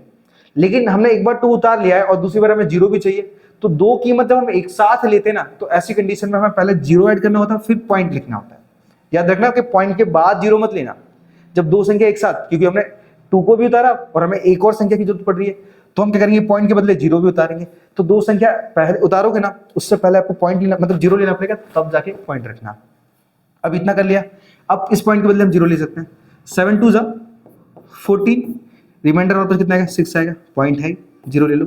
एंड 7 8 जा 56, माइनस करोगे तो फिर से 4 आएगा एंड पॉइंट है 0। 7 5 जा 35, ठीक है। अब पॉइंट के बाद 3 डिजिट इनफ है, इससे ज्यादा निकालने की जरूरत नहीं है आपको, ठीक है। चलो तो मैं क्या करता हूं, इसको हटा देता हूं। तो हमारे पास 72/7 की जो वैल्यू आई है ना, वो आई है माइनस का 10.285, बिकॉज माइनस पहले से था इसलिए। तो x बार इक्वल टू 50 माइनस 10.285 हो जाएगा। अब 50 में से ये घटाएंगे और हमारा फटक से आंसर आ जाएगा। नाउ चलो घटाते हैं, तो 50.000, बिकॉज पॉइंट के बाद 3 डिजिट थे इसलिए पॉइंट के बाद 3 डिजिट रखे। याद रखना इन जीरो की वजह से 50 की वैल्यू बिल्कुल चेंज नहीं होगी, बस हमें घटाने में आसानी होगी, ठीक है। चलो घटाते हैं, तो 10.285। अब यहाँ पे एक रिलेशन मिला किसका, पड़ोसी का और हमारी मम्मी का, या फिर बोल सकते हमारे घर का। क्या क्या हम 0 में से 5 तो घटा नहीं सकते, तो पड़ोसी ने पड़ोसी को बोला, बोले उनके पास भी कुछ नहीं है। देखा हो ना कि घर में क्या बोलते हैं कि अगर कुछ खत्म हो जाता है तो हम क्या करते हैं, पड़ोसी की हेल्प लेते ही लेते हैं। सब धनिया मिर्ची फलाना ठिकाना जो भी खत्म हो गया तरीके से पूछेंगे, अरे नींबू पड़ा है क्या नींबू, तो पड़ोसी के पास होंगे तो क्यों ना बोलेंगे एक तरीके से। तो इनके पास तो है ही नहीं, इनके पड़ोसी के पास, तो वो क्या बोलेंगे, अरे हमारी इज्जत खराब हो जाएगी हमने नहीं दिए तो चुपचाप से क्या करेंगे, अपने पड़ोसी से बोलेंगे, पड़ोसी के पास भी कुछ भी नहीं। वो पड़ोसी आगे वाले पड़ोसी उनके पास भी कुछ नहीं, वो पड़ोसी उस आगे पड़ोसी तो उनके पास था, अगर होगा तो कोई मना के ना बोलेगा क्या, बोले नहीं।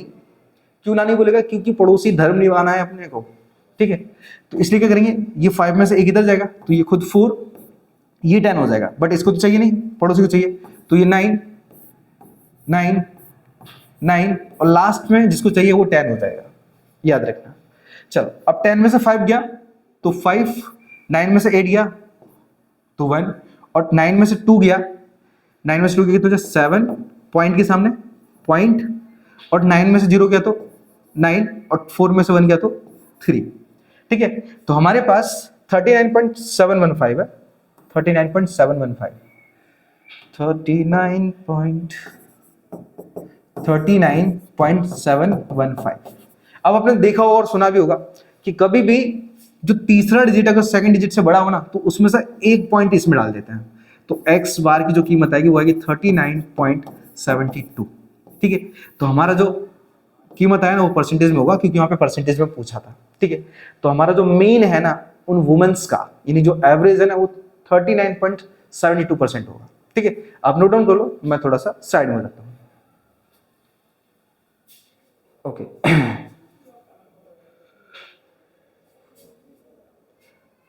चलो अब हम क्या करते हैं, रफ कर देते हैं। ठीक है, और यहाँ पे गलती मत मानना बिल्कुल भी। ठीक है, ये आपका करेक्ट आंसर है। अगर आपकी इच्छा है, अगर आपको लगता है कि 71 ही लिखना है तो आप 3 डिजिट लिखा छोड़ दो, बस इनफ है तुम्हारे लिए। पॉइंट के बाद 3 डिजिट लिखा छोड़ दो तो भी कोई दिक्कत नहीं है, और ऐसा करोगे तब भी कोई दिक्कत नहीं है। ठीक है, क्योंकि पॉइंट के बाद वाली वैल्यू नहीं बदलनी चाहिए, और पॉइंट 0 के बाद बदल रही ना तो उससे कोई फर्क नहीं पड़ता। देखो सिर्फ एक ही डिजिट का डिफरेंस है, यहाँ पे ऊपर 1 है और नीचे 2 है, इनफ है। चलो रफ करते हैं और बढ़ते हैं क्वेश्चन नंबर नेक्स्ट के ऊपर।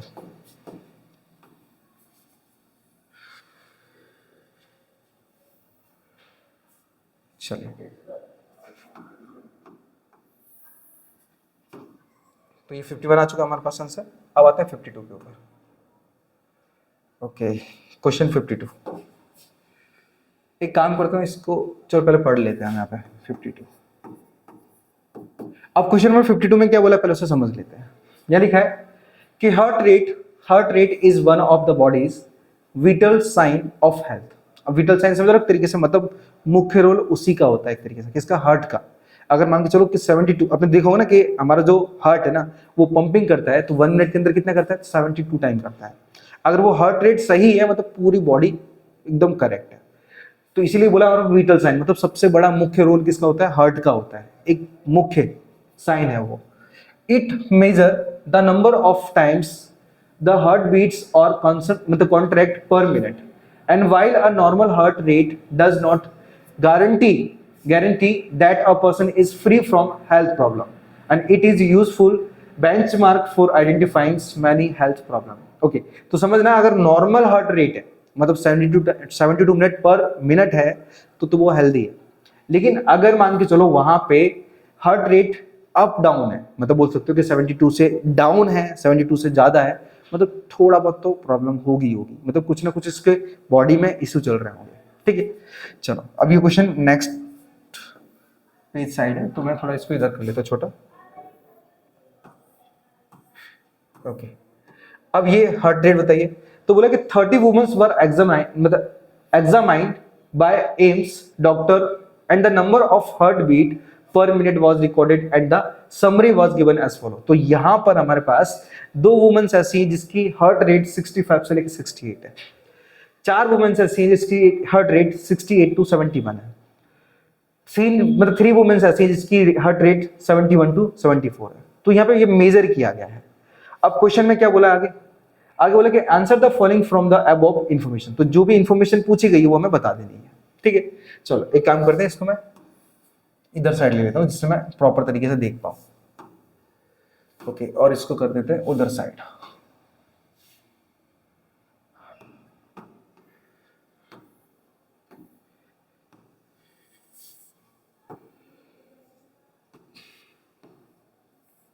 चलो इतना इनफ है ना।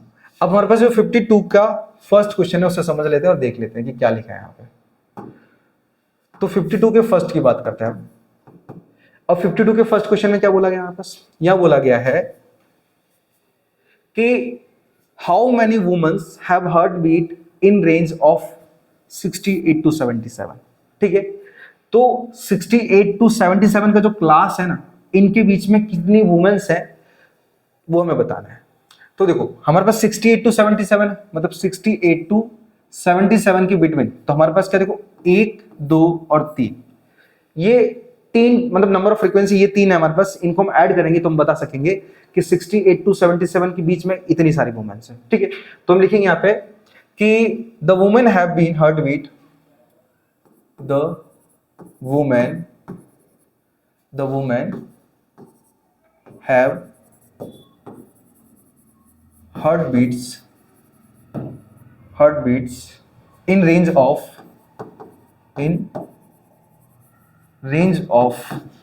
68 to 77, ठीक है। अब कैसे निकालूंगा यहाँ पे, तो देखो हमारे पास तीन टाइप की फ्रीक्वेंसी आ रही थी, तो हम क्या करेंगे, लिखेंगे नंबर ऑफ वुमेन। चलो, तो यहाँ पे 4 plus 3 plus 8 and equal to, इनको ऐड करेंगे तो हमारे पास 15 वुमेन्स ऐसी होंगी जिनकी हार्ट बीट 68 टू 77 की बिटवीन है, ठीक है। तो ये हमारा फर्स्ट आंसर हो जाएगा। बहुत सिंपल है, कोई ज्यादा हार्ड नहीं, और स्टेटमेंट अगर नहीं बनानी आ रही है आप क्वेश्चन से उठा सकते हो, बस खाली समझना है आपको थोड़ा सा अच्छे से। चल सेकंड की बात करते हैं। अब सेकंड में क्या बोला है कि what is the median class of heart beat per minutes for these women. Okay, अब मीडियन निकालना पड़ेगा, मीडियन। तो मीडियन के लिए स्पेस चाहिए, मैं इसे रफ कर लेता हूं पहले और उसके बाद हम मीडियन निकाल लेते हैं, ठीक है। अब आपको पता होगा कि हम मीडियन जो निकालते हैं उसके लिए कंपलसरी हमें क्या करना पड़ेगा, यहाँ पे क्यूमुलेटिव फ्रीक्वेंसी निकालनी पड़ेगी। इसे आप नोट कर लो, ठीक है, इसे आप नोट कर लो। तब तक मैं असाइनमेंट में क्वेश्चन कितने वो देख लेता हूँ।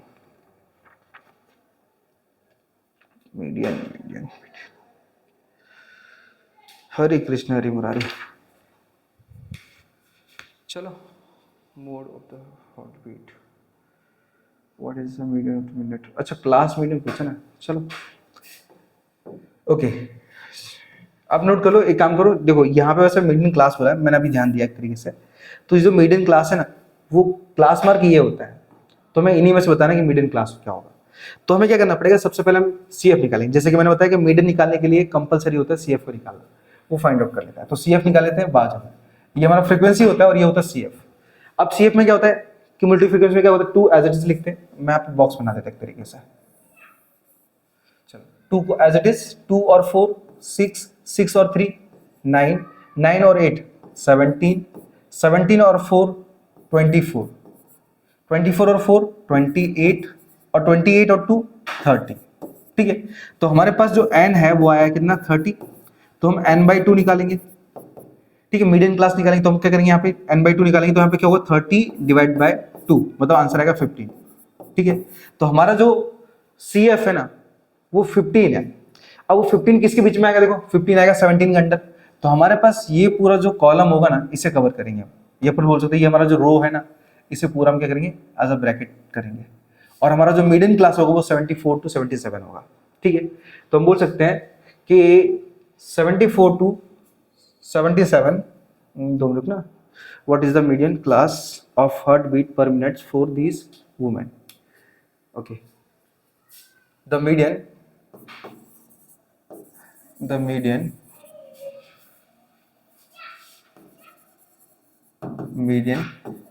क्लास मीडियन क्लास कितना हमारे पास, 74 to 77। The median class is 7 for this women. 2 minute ना, इसको मैं थोड़ा सा साइड में कर लेता हूँ। Is 74 to 77 for this women,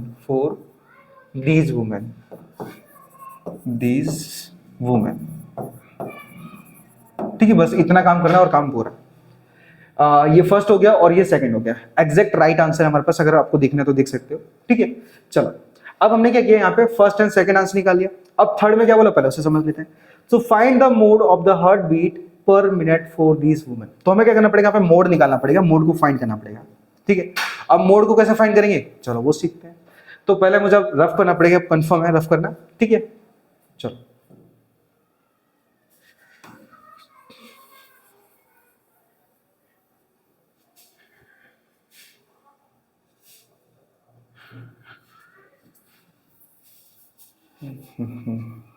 याद रखना कि ये आपको जब सेकंड में पूछेंगे ना तो आपको बनाना पड़ेगा ये क्लास, CF बनाना पड़ेगा, ठीक है। वैसे शॉर्टकट भी बता सकते हैं कि मीडियन हमारे पास बीच वाली संख्या होती है और उसके सामने 74 to 77 हमारा मीडियन है। लेकिन आपको अगर 4 मार्क्स चाहिए तो बना के करना जिस तरीके से मैंने बताया। चलो अब 52 के अब थर्ड वाले की बात कर रहे हैं। अब थर्ड वाले में क्या बोला गया, हमारे पास मोड निकालना है। तो सबसे पहले हम क्या करते हैं, मॉडल क्लास निकालते हैं। मॉडर्न क्लास में क्या होता है कि हाईएस्ट फ्रीक्वेंसी दिखी जाती है, और हाईएस्ट फ्रीक्वेंसी क्या है हमारे पास 8 है। तो हमारा ये होगा F1, इसके ऊपर F0, उसके नीचे F1 और F1 के नीचे F2 आएगा। और जो मॉडर्न क्लास होता है ना उसके सामने हमारे पास क्या होगा, ये 74 हमारा होगा L, ठीक है। तो जो भी कीमत है पहले हम क्या करेंगे, बाहर मेंशन करेंगे, जैसे कि हमने पिछले क्वेश्चन में आपको बताया।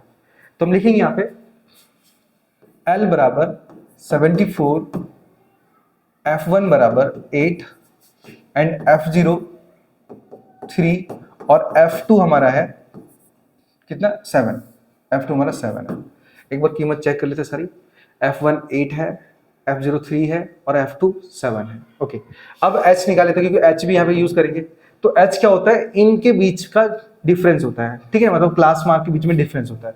तो 65 to 68 मतलब हमारे पास 3 का डिफरेंस हमें साफ साफ दिख रहा है सबके बीच में।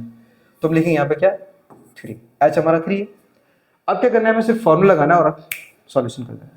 तो फॉर्मूला क्या था मोड का, मोड का फॉर्मूला होता है Z बराबर L प्लस ब्रैकेट में F1 माइनस F0 अपन में 2F1 minus F0 minus F2 और इंटू में हो जाएगा हमारे पास H।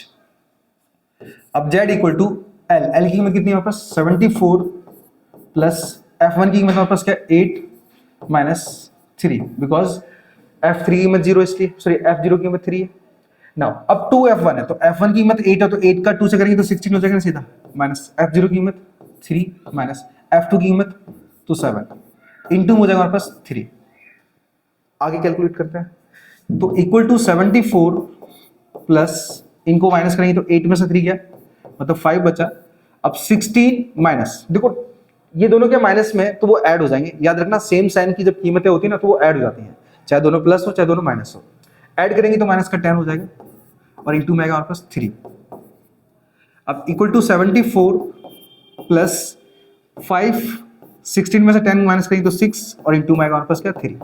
अब 3 1 3, 3 2 6 तो इक्वल टू 74 प्लस, अब 5 को जब 2 से डिवाइड करेंगे ना तो हमारे पास क्या आएगा 2.5 आ जाएगा, याद रखना 2.5 आ जाएगा। अब 74 को हम 2 के साथ ऐड करेंगे ना तो हमारा 76.5 आ जाएगा। तो हमारा जो मोड है वो हमारा आएगा 76.5, ठीक है। तो यही होगा हमारे पास इस क्वेश्चन का आंसर। अब क्वेश्चन में क्या लिखा था, find the mode of the heart beat per minute for this movement. तो हमारे पास यहाँ पे लिख देना सीधा कि द मोड इज 76.5। चलो मैं लिख देता हूँ यहाँ पे स्टेटमेंट, मैंने बोला था स्टेटमेंट कंपलसरी है। द मोड इज क्या लिखो यहाँ पे 76.5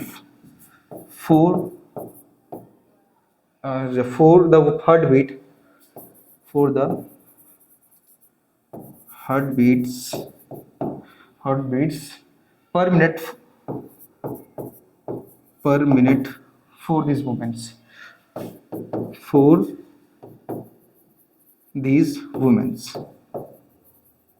ठीक है। बस इस तरीके से हमारा हो जाएगा ये आंसर कंप्लीट। अब आप नोट कर लो और हम बढ़ते हैं इसके नेक्स्ट क्वेश्चन की तरफ, ठीक है। चलो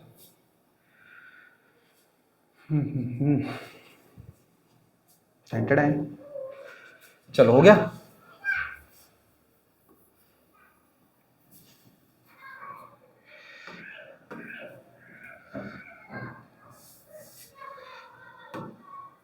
ओके आगे बढ़ते हैं। अब ये लिखा है 4 ब्लाइंड स्टूडेंट्स, इसको अटेंड मत करना, बिल्कुल भी याद रखना, ठीक है। प्रैक्टिस करने के लिए कर सकते हो लेकिन एग्जाम मतलब बोर्ड एग्जाम के अंदर अटेंड मत करना। चलो अब क्वेश्चन नंबर 53 है हमारे पास, 53। अब क्वेश्चन नंबर 53 में क्या बोला पहले इसको समझ लेते हैं। यह बोला है कि आ डाई थ्रो वंस, एक डाई को 1 बार फेंक मतलब एक बार फेंका जाता है। डाई किसको बोलते हैं, डाइस बोलते हैं हमारे पास, आपने देखा होगा ना क्या बोलते हैं उसका हिंदी में, तेल पीने का हिंदी में। डाइस मतलब नहीं है हमारे पास लूडो खेलते हैं तो उसके अंदर डाइस यूज करते हैं, ठीक है। अब उस डाइस के अंदर टोटल कितने डिजिट होते हैं, तो टोटल डिजिट होता है 6, 1 2 6, ठीक है। तो हमारे पास क्या डाइस है, अब डाइस में कौन कौन से डिजिट होते हैं, तो वो होते हैं हमारे पास 1 2 3 4 5 और 6। कितने डिजिट हुए हमारे पास, 6 डिजिट हुए। तो टोटल आउटकम कितने होंगे, तो हमारे पास जो टोटल आउटकम है, टोटल आउटकम है वो हमारे पास होगी 6, ठीक है। चलो अब यहाँ पे फर्स्ट की बात करते हैं। अब फर्स्ट में क्या बोला गया पहले समझ लेते हैं, ठीक है। यहाँ पे थोड़ा मैं इसको छोटा करके साइड में कर लेता हूँ, ओके। अब टोटल आउटकम हमारे पास 6 है। अब हमारे पास फर्स्ट वाले में क्या बोला है, फर्स्ट वाले में बोला कि अ प्राइम नंबर। अब प्राइम नंबर आपको पता होगा, प्राइम नंबर किसको बोलते हैं, जिसके ओनली फॉर 2 फैक्टर्स होते हैं, ठीक है। लिखेंगे हम यहाँ पे अ प्राइम नंबर। अब प्राइम नंबर कौन कौन से होते हैं, तो प्राइम नंबर होते हैं 2 3 और 5, क्योंकि इनके सिर्फ 2 ही फैक्टर है, एक तो ये खुद और एक 1, ठीक है। ऐसा नंबर जिसका खुद और 1 ही फैक्टर हो, ऐसे नंबर को हम प्राइम बोलते हैं। अब देखो 1 में खुद तो है और कोई 2 फैक्टर नहीं बन रहे हैं, तो 2 फैक्टर नहीं बन रहे मतलब समझो कि हमारे पास ये 1 सिर्फ और सिर्फ कोफिशिएंट नंबर है, प्राइम तो बिल्कुल नहीं बनेगा। अब 2 या तो खुद में आएगा या फिर वो 1 में आएगा। अब ये 2 फैक्टर के अलावा कोई तीसरा बन रहा है, बोले नहीं बन रहा है, तो ये प्राइम है, ठीक है। तो ये समझ लेना कि प्राइम किसको बोलते हैं। चलो तो हमारे पास फेवरेबल आउटकम कितना हुआ, तो फेवरेबल आउटकम हो गया हमारे पास 3। तो लिखेंगे हम यहाँ पे formula P of E equal to favourable outcome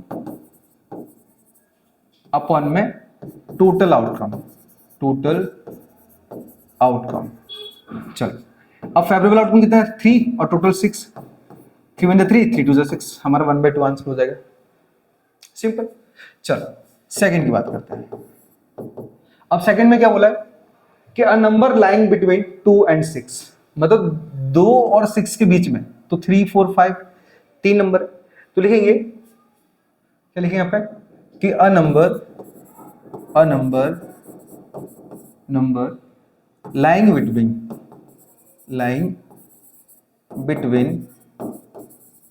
2 and 6, 2 और 6 के बीच में कौन कौन से नंबर आ रहे हैं, तो हमारे पास जो फेवरेबल आउटकम है, मैं FO लिख रहा हूं शॉर्ट में, याद रखना, वो हमारे पास कौन कौन से 3 4 और 5, ठीक है। तो फेवरेबल आउटकम हमारे पास कितने 3 है यहाँ पे, तो फॉर्मूला तो वही है, तो मैं यहाँ पे उसको कॉपी पेस्ट कर लेता हूँ, इसको कॉपी पेस्ट कर लेता हूँ। चलो तो फॉर्मूला हमारे पास सेम ही, इसलिए मैंने क्या किया, उसे ऊपर से उतार लिया ना। अब हमारे पास क्या हुआ यहाँ पे, जो फेवरेबल आउटकम है वो कितना हमारे पास 1 2 3 3 डिजिट है, तो 3/6, 3 1 3, 3 2 6, लो हमारा 1/2 इसका आ जाएगा आंसर, ठीक है। अब इसी तरीके से हमारे पास थर्ड की बात कर रहे हैं। थर्ड में क्या बोला है, एन ऑड नंबर। अब ऑड नंबर कौन से होते हैं, तो 1 3 5 होते हैं, ठीक है ना, 1 3 5। तो लिखेंगे हम अ ऑड नंबर, मतलब एन ऑड नंबर। तो ऑड नंबर कौन कौन से होते हैं, तो 1 3 5, मतलब यहाँ पे जो फेवरेबल आउटकम है हमारे पास, मैं शॉर्टकट ही ले दे रहा हूँ, छोड़ो ना, एक तो खोपड़ी खराब हो जाती है इसकी वजह से। फेवरेबल आउटकम है वो हमारे पास क्या है 3 है यहाँ पे। फॉर्मूला हम क्या करेंगे, वापस से इसको कॉपी पेस्ट कर लेते हैं क्योंकि यही वाला है। चलो ये फॉर्मूला याद रखना कि फॉर्मूले में कंजूसी मत करना, लिखने में आपको जितनी बार आंसर देना है हर बार आंसर आप फॉर्मूला लिख के ही देना, ठीक है। तो यहाँ पे ऊपर 3 और अपन में 6, बिकॉज फेवरेबल आउटकम 3 है और अपन में टोटल आउटकम कितना था, वो 6 था। तो 3 1 3 और 3 2 6, मतलब 1/2 इसका भी आंसर हो जाएगा, ठीक है। इसी तरीके से हमारे पास फोर्थ जो हमारे पास लास्ट में पूछा है, क्या बोला है 7, ओके। अब सीधी सी बात है, अब देखो कि हमारे पास इन सभी में क्या 7 आ रहा है, बिल्कुल नहीं, ये तो 6 तक लिमिटेड है, मतलब एक तरीके से तो 7 का नंबर तो है नहीं, तो ये इम्पॉसिबल इवेंट है हमारे पास, ठीक है। तो हम लिख सकते हैं सीधा कि यहाँ पे 7, मैं 7 लिख दे रहा हूं, यहाँ पे लिख दो कि this is impossible event, impossible event, sorry event, अब इसकी प्रोबेबिलिटी क्या होगी, तो याद रखना कि जो इम्पॉसिबल इवेंट होता है ना उसकी प्रोबेबिलिटी होती है 0। ठीक है, अब डायरेक्टली इसको लिखोगे ना आप 7 बाई मतलब है ना 0/6 तो भी वो 0 ही हो जाएगा। तो इस तरीके से आप इसे सवाल कंप्लीट कर सकते हो। ठीक है, अगर ऐसा नहीं करना है तो आप अभी तक करते हैं वैसे ही कर सकते हो। कैसे, यहाँ पे फॉर्मूला लिखो आप सीधा, सॉरी अब यहाँ पे जो फेवरेबल आउटकम निकालोगे ना, फेवरेबल आउटकम वो हमारे पास 0 होगा। क्यों, क्योंकि हमारे पास 6 तक जब डिजिट दिए तो 7 आ ही नहीं सकता उसके बाद। तो यहाँ पे फॉर्मूला वही है, कौन सा, ये जो मैंने बताया आपको, यही फॉर्मूला हमारे पास। अब हमारे पास जो फेवरेबल आउटकम है ना वो 0 है। क्यों, क्योंकि 7 है नहीं हमारे पास। तो 0/6 हमारा आंसर यहाँ पे भी 0 ही आएगा। ठीक है, तो आप इसे ऐसे भी कर सकते हो, कोई जरूरत नहीं है वैसे करो, जरूरत नहीं है ऐसे करो, मतलब सिंपल है यार, कुछ भी करो आप, आपको ये आंसर मिलेंगे। ठीक है, आप देख सकते हो ये हमारे राइट आंसर है। चल बढ़ते हैं इसके नेक्स्ट क्वेश्चन की तरफ, नोट कर लो आप। ओके 52 कार्ड्स की बात कर रहे हैं, चलो लुढ़का देते ऐसे इसको भी।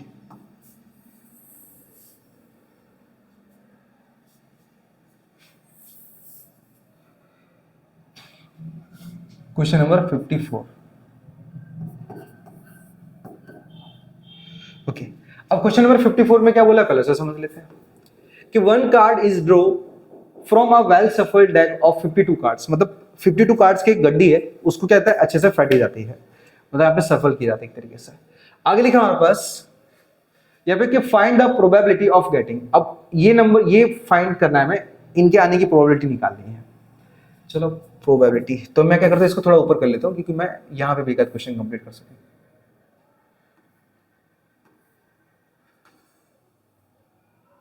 ओके, आई होप आपको अच्छे से दिख रहा हो ना। चलो, तो यहाँ पे सबसे पहले हमारे पास जो टोटल आउटकम है ना वो 52 होंगे, क्योंकि साफ साफ क्वेश्चन में बताया कि 52 कार्ड्स को अच्छे से वेल सफल किया जाता है एक तरीके से। तो लिखेंगे हमारे पास जो टोटल आउटकम है, टोटल आउटकम है वो हमारे पास है 52। ठीक है, अगर कार्ड के बारे में नॉलेज नहीं है तो मैं आपको थोड़ा सा एक्सप्लेन कर देता हूँ, ज्यादा नहीं। देखो टोटल कार्ड हमारे पास 52 होते हैं। टोटल कार्ड कितने होते हैं, 52 होते हैं।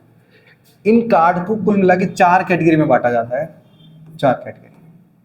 पहले होती है हमारे पास रेड कलर की, बोले तो हमारे पास एक डायमंड होता है, सॉरी अच्छे से बना देता हूँ, ये होता है हमारे पास डायमंड, थोड़ा टेढ़ा मेढ़ा बना रहा हूँ, ठीक है। एक तो डायमंड होता है, एक होता है हमारे पास हार्ट, एक होता है हार्ट।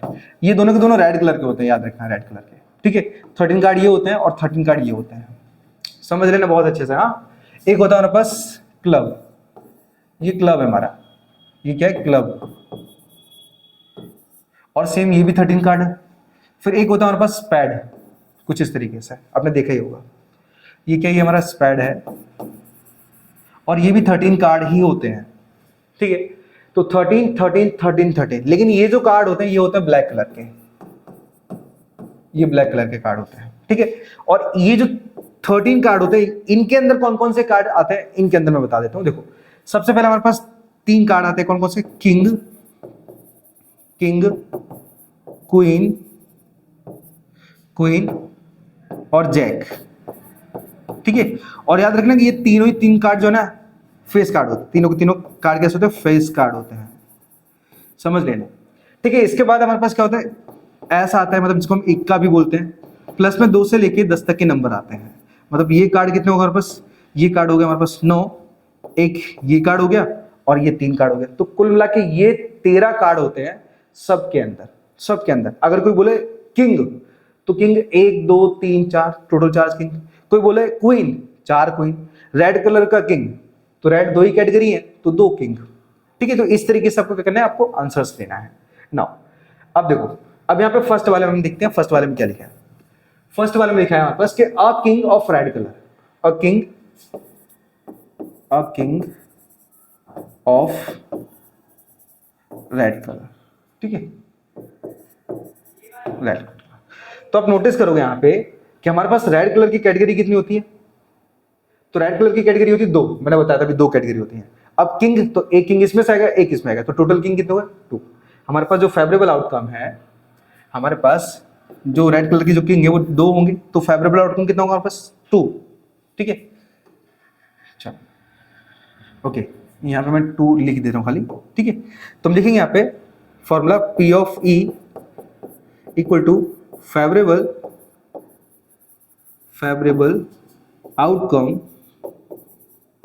आउटकम अपॉन में टोटल आउटकम। अब हमारे पास के जो फेवरेबल आउटकम वो कितना है हमारे पास 2, तो ऊपर 2 और टोटल आउटकम कितना है तो 52। कैंसिल करेंगे तो 2 बन जाए 2 और यहाँ पे 26 टाइम में 52 कैंसिल हो जाएगा, तो 1/26 होगा पहले वाले का आंसर। ठीक है, आई होप मालूम पड़ गया हो कि किस तरीके से निकाला। ठीक है, चलो अब बात करते हैं सेकंड वाले में। तो सेकंड में बोला कि द जैक ऑफ हार्ट। तो मैंने बताया था कि इन 13 कार्ड्स के अंदर जैक सिर्फ एक होता है। तो अब हार्ट की बात करें तो हार्ट के अंदर जैक कितना होगा, एक ही तो होगा, क्योंकि ये 13 कार्ड इन सभी कार्ड से मिलकर बनते हैं और इसके अंदर सिर्फ एक ही जैक होता है, तो हार्ट का जैक सिर्फ एक आएगा। तो यहाँ पे आंसर बनेगा 1/52। तो लिखेंगे यहाँ पे द जैक ऑफ हार्ट,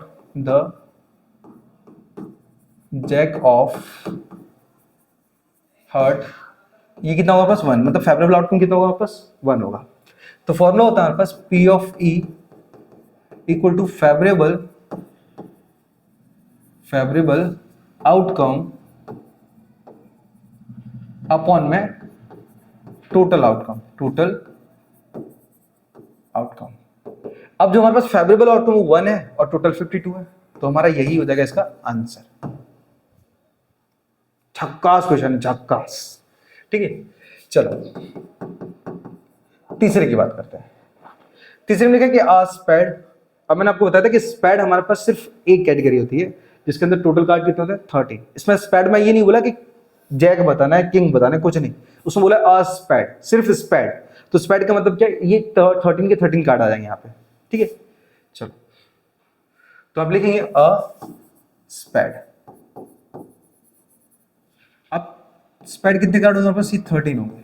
ठीक है, तो लिखेंगे हम फॉर्मूला पे, आप कॉपी पेस्ट कर ले रहा हूं क्योंकि वीडियो लेंथी हो जा रही है पूरी। चलो, तो हमारे पास जो फेवरेबल आउटकम वो कितना है 13 है और टोटल आउटकम कितना है वो 52 है। तो 13 × 13, 13 4 52, तो हमारे पास 1/4 आंसर होगा। ठीक है, चलो इसी तरीके से हमारे पास 4th नंबर की बात कर लेते हैं। अब 4th में क्या बोला है कि रेड फेस कार्ड। अब मैंने बताया था ना कि हमारे पास 2 मिनट आगे है, तो जो टोटल फेस कार्ड होते हैं वो 3 होते हैं, 1 2 3। लेकिन क्वेश्चन बोला कि रेड फेस कार्ड। रेड की कैटेगरी कितनी, 1 2। तो जो 13 कार्ड है ना वो ये है, तो 13 तो इसमें भी आ रहा है, 13 इसमें भी आ रहा है, तो 3 इसमें आएंगे, 3 इसमें आएंगे, तो टोटल कार्ड कितने हो जाएंगे 6 हो जाएंगे। यहाँ पे हमारा जो फेवरेबल आउटकम है वो 6 हो जाएगा। तो कंडीशन में क्या बोला, of red face card, red face card. ठीक है, कितना होगा बस 6 होंगे। क्यों है, क्योंकि 2 कैटेगरी थी, तो 3 कार्ड इसमें आ रहे थे, 3 कार्ड इसमें आ रहे थे। ठीक है, चलो तो फॉर्मूला तो वही है, वो चिपका देते फटक से ना। तो यहाँ पे P of E equal to favourable outcome कितना 6 डिवाइड बाय 52। इससे क्या करते हैं, फटक से कैंसिल कर लेते हैं। तो हमारे पास 2 3 6 एंड यहाँ पे 2 2 4, एक इधर 2 6 12, मतलब 3/26 होगा, क्योंकि इससे ज्यादा कट नहीं सकता। तो यही हो जाएगा हमारे पास इस क्वेश्चन का आंसर। आई होप कि जो चैप्टर मतलब क्वेश्चन नंबर 54 था वो भी आपको एग्जैक्ट राइट आ गया हो। मैं उम्मीद करता हूं कि ये सबसे अच्छे से आपको समझ में आया हो। ठीक है, क्योंकि यहाँ पे मैंने आपको वो जस्ट बेसिक सहित बता दिया, आपको बेसिक सहित। ठीक है, आई होप अगर वीडियो अच्छा लगा तो वीडियो को लाइक, चैनल को सब्सक्राइब कर दो। जो भी डिमांड है कमेंट करो, मैं आपको कंप्लीट करके दूंगा। ठीक है, और ये जो बोर्ड की एग्जाम है ना वो मेरे ऊपर छोड़ दो। ठीक है, डिपेंड मत रहना, मेरे ऊपर छोड़ दो, मैं कोशिश करूंगा आपकी तैयारी अच्छे से अच्छी करवाऊं। ठीक है, चलिए सो मिलते हैं नेक्स्ट पेपर में, तब तक के लिए राधे राधे।